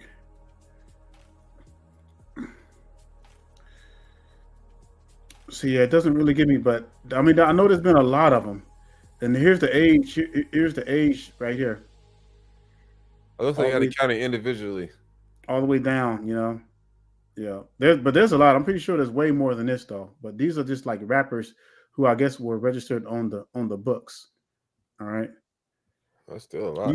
Yeah, I know. You got more rappers that died in this genre than any other genre. You don't hear about this in country music. Not to say that I like country music, but hey, click on what rapper passed away in 2023. You see where it says that? Right there. Boom. Click on that. Up. Right there. Now down. It's right there. People ask. No, down to the last one. What rappers died in 20? No. 23. 2020. Yeah, I want to see how many. It says 1, 2, 3. Okay, so that's 4 and others. And it says others, so that's more than one. But you know, that just goes to show, man, that these people out here teaching this wickedness. What does it say in the scriptures? We read already in Sirach that the Most High hates wickedness and will come back to give you vengeance. What do you think is going on? These folks that are pushing this stuff to our people, right? By these, by them boys, those Jewish people, right? They're the ones that are pushing this music. Now, if you're stupid enough over there, chasing up this so-called currency that doesn't even have your face on it, right? And you're chasing this thing by any means necessary, which even at the detriment of your own people, the Most High is going to kill you, right? True, right? Some get away, right? Some people do get away with it, right? They might be able to rap for years, and then the Most High God, he might not see them until the end. You don't know what's going on, but these things, that's the trap, right? That's the stumbling block for you. That Satan, he wants it to look like that these things are possible, right? Hey, you know what? This brother made it. Hey, Jay-Z made it. Beyonce made it, right? This guy made it, right? But so many more did not. You got to look for the people that did made it versus the people that didn't make it. It's a huge contrast in numbers. Yeah. So these are the people that was killed recently, but again, this is just a few of them. So many because of what it promotes. This is what it promotes. It promotes death. It promotes the killing of your brother, degrading of our people, all that. And if you always look at the ages, it's like they're always really young. It's a lot right here. It's like, damn, list goes on. These are all the ones who have died. Look at that list. Damn. That's a lot. Yeah. So just this goes to show you how the scriptures are very true. Israel, we gotta turn this around, Israel. Right? We gotta turn this around by any means necessary. It's gonna come when the Most High wants it to, right? Within his time. But it also depends on us. Right? There's a time for everything, just like it says in Ecclesiastes. So when is it going to be our time to start keeping these commandments and standing up for what's right? You know, coming down on the Pookies and Ray Rays of our community, coming down on the harlots of our community, and turning this thing around. I mean, like, how long are we going to get, you know, how long are we going to continue to love getting our ass whooped? I mean, like, we got to love it. We got to be pain freaks. Seriously, we got to love it because we're doing the same thing over and over and over again. I mean, like, how long till we really just understand that this is not what it is? That we might want to try obeying God once and just see how it feels. You know, just do it for 5-10 years and see where it leads our community. Just see. You know, at the end of the day, it boils down to choice. Just like y'all remember the Matrix, and the Matrix was written by a sister. All right, remember when the lady, that so-called Oracle, and when she was talking, she said the problem is choice. No one can understand past the choices that they make. That applies to us because at the end of the day, yeah, granted, the heathens, they did all they could to try to destroy us, but we're not gone yet. At the end of the day, we were the ones who decided to accept the welfare and then allow the men to kick out the home. We were the ones who allowed, us, to go ahead and do drugs, even though the drugs wouldn't push into our community by us. It came down from the hires. The cartels, they were living in mansions and nobody was arresting them. But we made a decision to put that crack bite to our lips, and we made that decision. Sisters, you made that decision to open your legs up. The Pookies and the Ray Rays made that decision to go into these women. You see what I'm saying? It comes down to choice every time. That's why the Most High, it's not going to be no excuse with his people on Judgment Day. Because the first thing he's going to say, did they have a gun to your head? No, you made that choice. Just like we made the choice to accept the civil rights and to integrate. That ain't never been in the scriptures. No. Where's that ever been in the scriptures? Right? Exactly. Most High always told us to be separate from our enemies. God, we're not. We're holy. We're supposed to be anyway. But y'all don't want to be holy. Ain't nobody want to be holy out here. Y'all don't want to wear fringes. Y'all want to look just like the heathen. Y'all want to fit in. Niggas want to fit in. That's what they want to do. And people are scared to stand for the truth. Kind. Right? Oh, shh. Don't say that. Oh no, we're not supposed to talk like that. Oh, we're not supposed to get on him. But that's what the scripture, don't judge me. But that's what the Bible says, man. I can't judge you because if I judged you, guess what? I'll be stoning you to death. I'll be telling Abdul to get the rocks if I was judging you. But we're not. We're rebuking you. We're rebuking the wicked. I'm supposed to say something if I see you doing something wicked. I'm not supposed to just supposed to be quiet and let you just keep doing it. And then the next person think, oh, well, guess what? Nothing happened to him. And then so guess what? I'm gonna start doing it. This is exactly how we got this single mother epidemic on hand. Man, they used to sit in the back of the churches, head down, knowing they didn't have children out of wedlock. Now they're in the very front. And the disciples came, Matthew chapter 13, right? We're gonna have a difference between two. This is the mind difference between our people, right? You're gonna have you're gonna have two ways of thinking when it comes to our people. And the disciples came and said it to him, why speakest thou unto them in parables? Right. So the disciples came and asked him, why does Hamashiach talk to the people in parables? Right. He answered and said unto them, because it is given unto you to know the mysteries of the kingdom of heaven, but to them it is not given. Right. So which people are you? Are you the one, right, that it's given unto you to know the mysteries of the kingdom of heaven? Or are you the ones that it's not given? Right. Now, if you read the scriptures and understand, it is given to you. But if you don't read the scriptures, if you don't keep the commandments, you're not going to understand. And this is what's going to happen to you. Verse 12, for whosoever hath, to him shall be given, and he shall have more abundance. But whosoever hath not, from him shall be taken away even that he hath. Therefore speak I to them in parables, because they see not, and hearing they hear not, neither do they understand. So even though it's right in front of you, right? If you're not keeping the commandments, you're not going to be able to see it. And I love this scripture right here. This is one of my favorite scriptures because reading this right here helps me deal with it mentally and not get so frustrated when I'm dealing with our people, because I'm like, sometimes Sure. the Most High does not meant for this for them to get it. Mm-hmm. It's not for them to get sometimes. And so you have to be okay with that. You have to move on. And it says, and in them is fulfilled the prophecy of Isaiah, which saith, by hearing ye shall hear and shall not understand, and seeing ye shall see and shall not perceive. For this people's heart is waxed gross, and their ears are dull of hearing, and their eyes have closed, lest at any time they should see with their eyes, and hear with their ears, and should understand with their heart, and should be converted, and I should heal them. Mm-hmm. Right? This is where you want to be right here, starting in verse 16. You want to be one of the disciples of the Most High, right? One of the disciples of Hamashiach. But blessed are your eyes, for they see, and your ears, for they hear.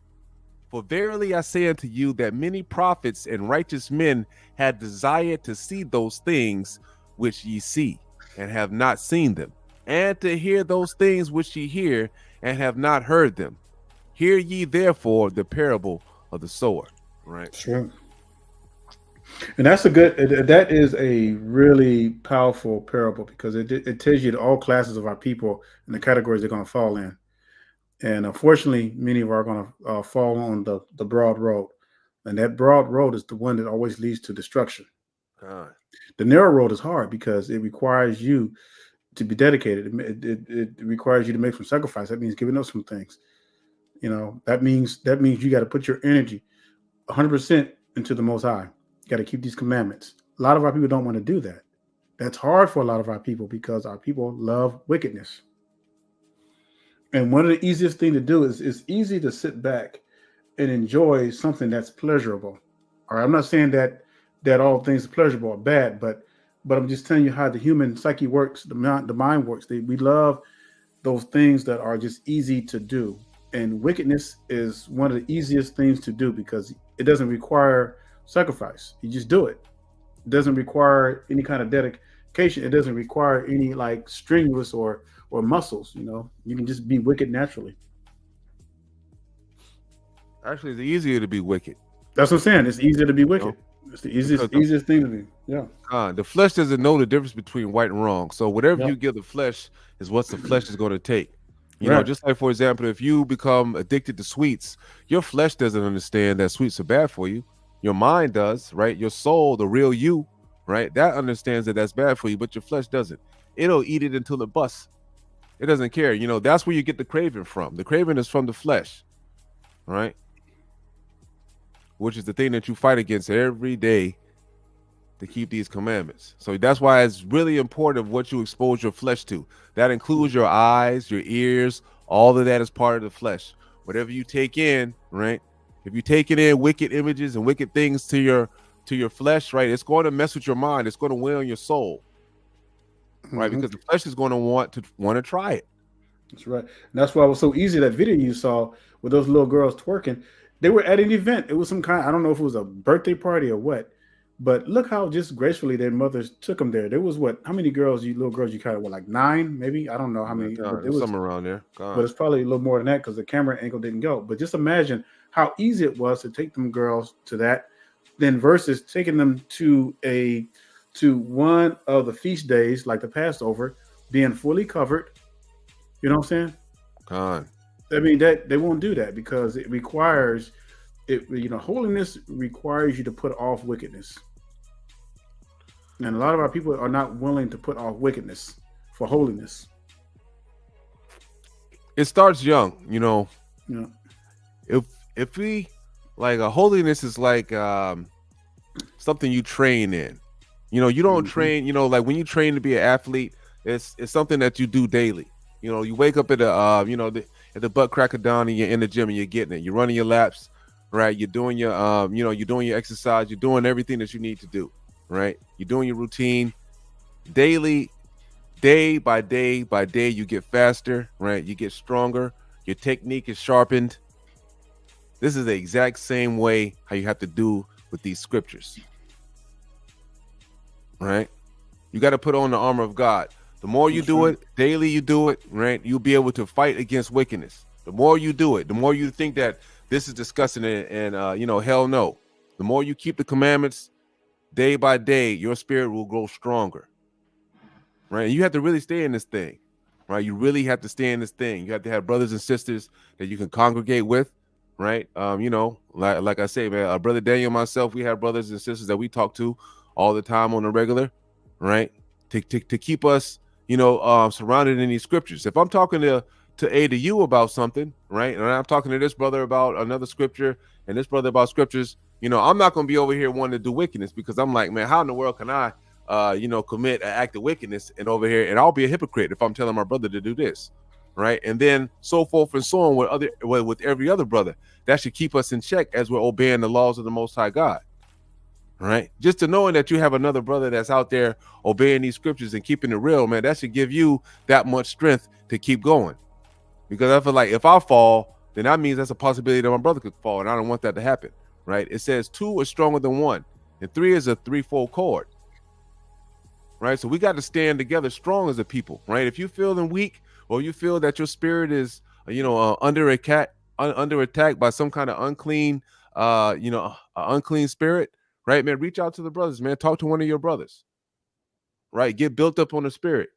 Let them drop you, you know, some scriptures to help build you back up, to fight against those demons, to keep you on the path of the straight and narrow. This That's what it's going to take. Yeah, exactly, and that's why I say all the time, you know, work out your salvation with fear and trembling, because it's for our people especially. It's an upstream battle constantly. You're fighting against every obstacle there is that's thrown at you, and then at the same time you got to keep the laws, commandments, and statutes. But then you live in a world where everything is favored towards our enemies. That ain't easy. That ain't easy, because you're constantly going against the grain. All the whatever the good jobs you got, no matter what skills you have, you could be a full-blown doctor, lawyer, whatever. Well, guess what? You know, you still risk the chance of becoming getting the leftovers, because all the main forces are going to our enemies. And that's the way the Most High designed it, because of our wickedness and because of our disobedience. And he's showing us this to let us know that, hey, this is where you were supposed to be at. Facts. You know, he's using the heathens to make us jealous. He said that in Deuteronomy. But yet our people, for some reason, don't see it. They don't even see the chastisement of the Most High. You know, I like this brother, right? Brother Toby said, I love my fringes, right? Do you know how this, you know, if you're out there in the streets, right, you're out there and you might just be going to the grocery store or, you know, going wherever, and you happen to see a brother with fringes on, right? That's going to give you strength right there. You be like, okay, somebody else is out there keeping the commandments. It's not just me. You know, I'm not the only one, right? Because this is, it says the path is narrow, it's small, right? So it's not going to be a lot of folks that's out there doing it. But that's why I say we got to keep the commandments. You know, wear your fringes out there. You don't know who you might strengthen up. Somebody just might happen to see it and boom, yes, I see another brother out there or another sister out there that's, you know, being holy and keeping the commandments. You know, we're making progress. We're making progress from bringing the people together that we're going to get up out of here soon. The more brothers and sisters that you see, you know, wearing these fringes and keeping these commandments, that's going to give everyone hope, right? That's going to give everyone the strength to keep going, because we know that it's getting closer and closer to that time. Closer to that time of the revealing. But if you're out there and then, you know, you're out there in the streets and, you know, brothers and sisters are still doing the, you know, the same thing, you know, wearing skin tight pants and niggas with they pants halfway down their ass, you know, and stuff like this, man, you're going to be like, man, you know, we ain't nowhere near getting saved. You know, so how much shit ain't coming back nowhere, no time soon.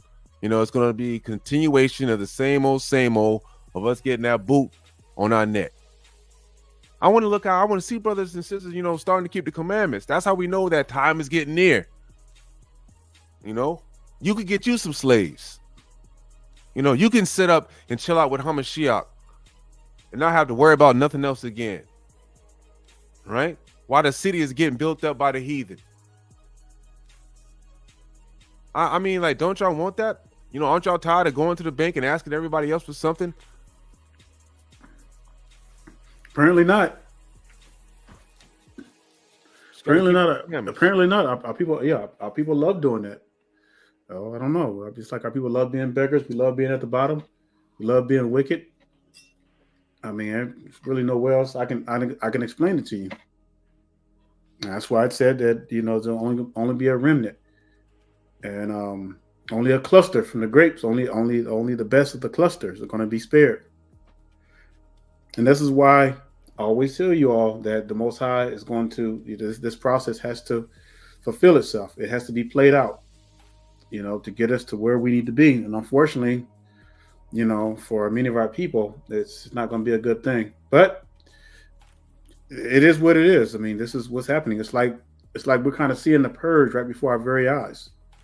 The purge before the real purge. Yeah, and it sucks because, time and time I pray for my people all the time, and we have to sit here and watch our people even degrade more and more. It's like our people are deteriorating right before our very eyes.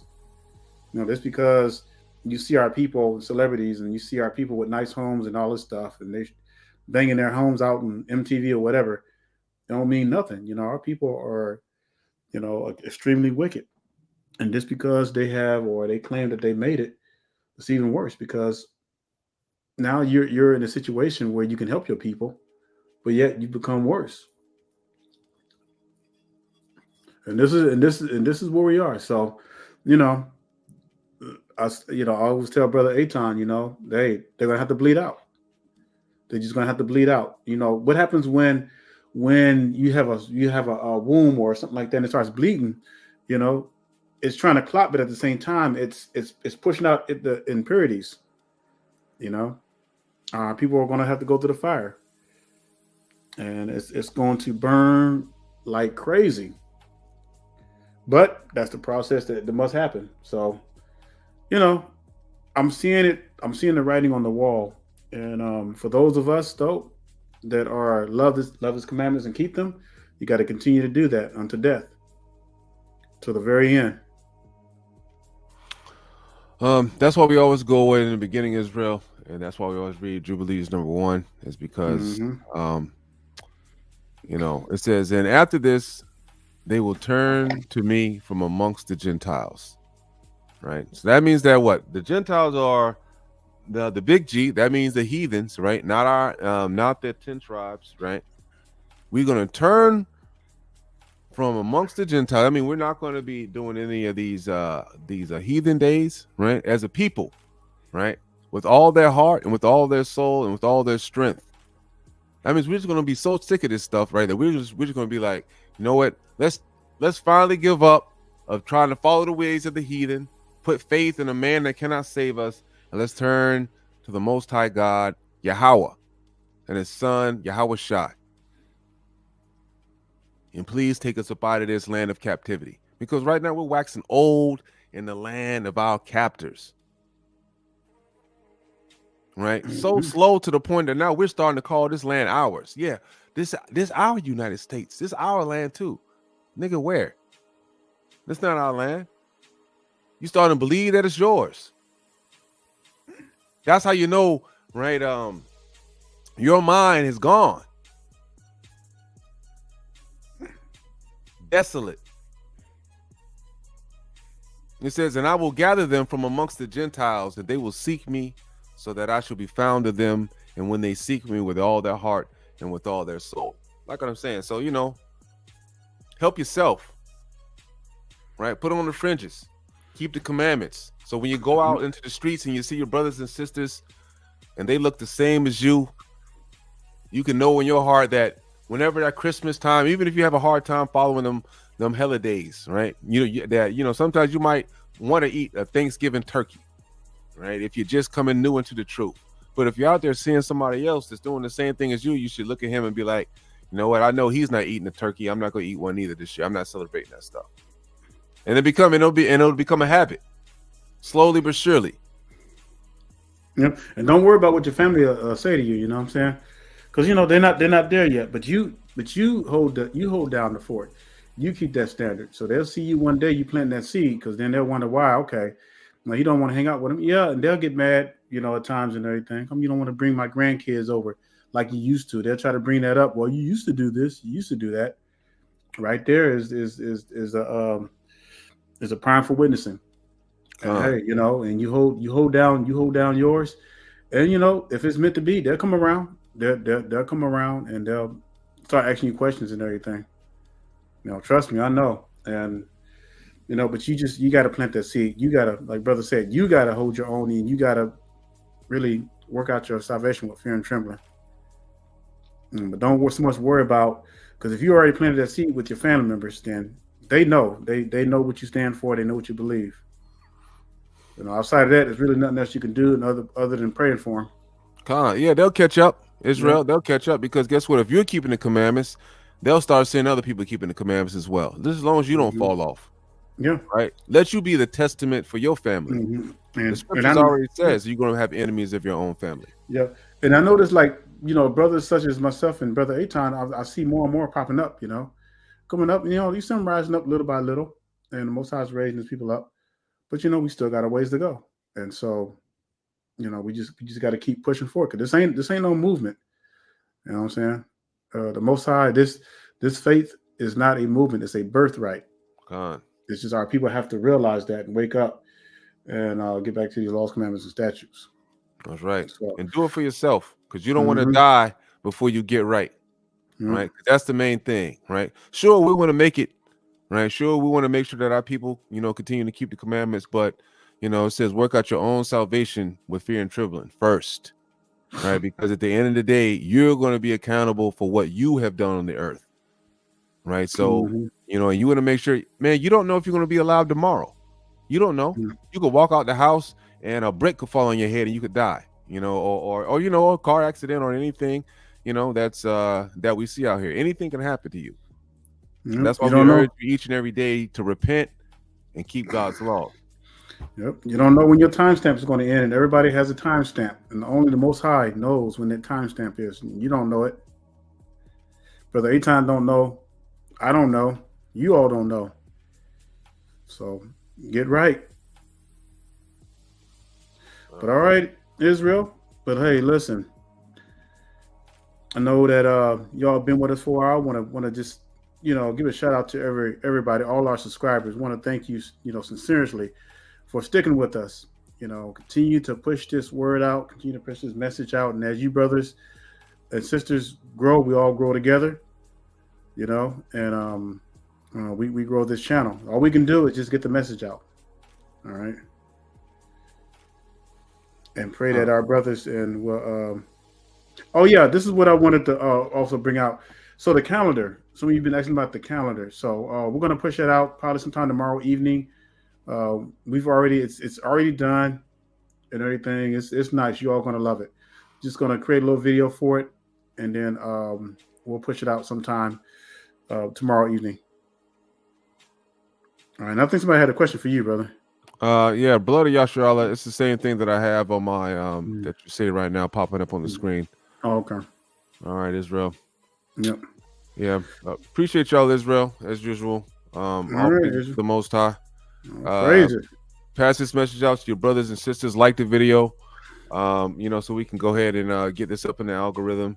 Also, right, make shorts. If y'all know how to make videos or whatever, make shorts of this, like different parts or whatever that y'all like, that y'all thought that was really brought out. Go ahead and make a short of it and post it online so we can go ahead and continue to spread this message to our brothers and sisters so we can get the hell up out of this captivity. That's right. All praise to the Most High. All right, Israel. So we're gonna go ahead and bid you a hearty Shabbat Shalom and stay strong.